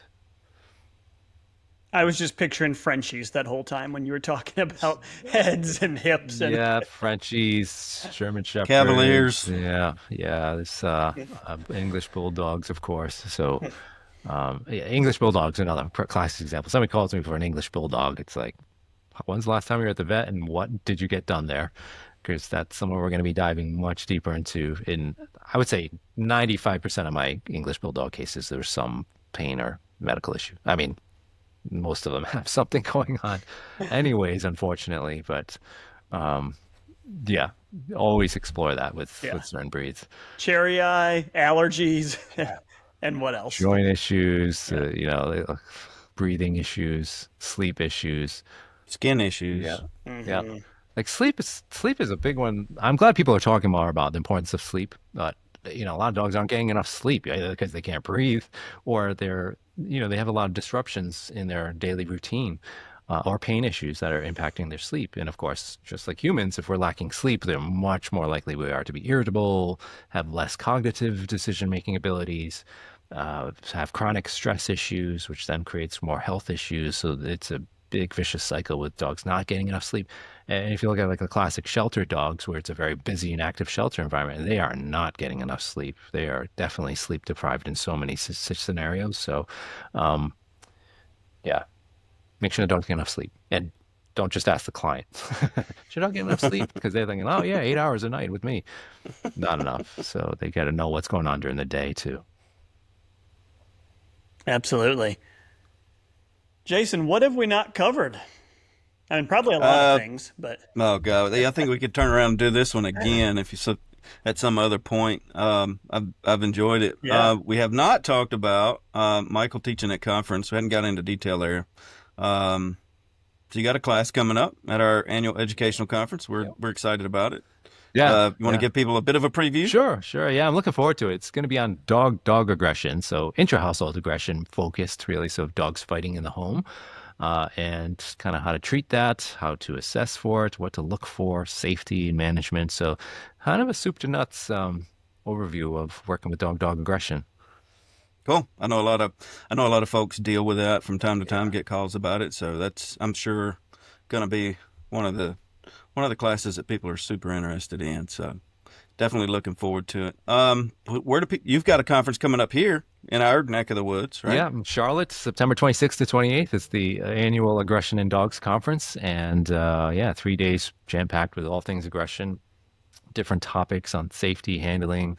We have veterinary behavior, we have sheltering, we have defensive handling. So we cover quite a bit in 3 days, and it's a real good time too. Like cocktail party, real fun time there too. And so it's a great networking event. But it's also there's an online option if you can't attend in person in Charlotte. So yeah. Where do people find out about that? Aggressivedog.com. It's the easiest way to remember how to get to me. Does your conference? I may be mistaken, but does your conference move locations? It does, yeah. We were in Scottsdale last year, so we kind of jump around coast to coast. Okay, awesome. Coming to the Queen City. Awesome. We'll plug your socials in the show notes. But again, aggressivedog.com is where people find you. Easiest way to find everything. Awesome. Well, we're looking forward to having you at the conference. I have thoroughly enjoyed this conversation. And again, maybe we'll reserve the right to have you back on if you're willing to do that at some point. So yeah, we could do a lightning round of our leftover questions and just yeah. Awesome. Absolutely. Well, thank you, Mike. Appreciate you taking all the time. It's been a fun couple hours. Thank you, guys. It's been a pleasure. All right, See you thanks for soon. listening, everybody. Welcome to Dog Pro Radio. Yo, listen. Dog Pro Radio, yo, act to watch it. Dog Pro Radio brings back the buses. Dog Pro Radio and mates alike. Dog Radio brings back tonight. Dog Pro Radio, yo, act to watch it. Dog Pro Radio brings back the buses. Dog Pro Radio and mates.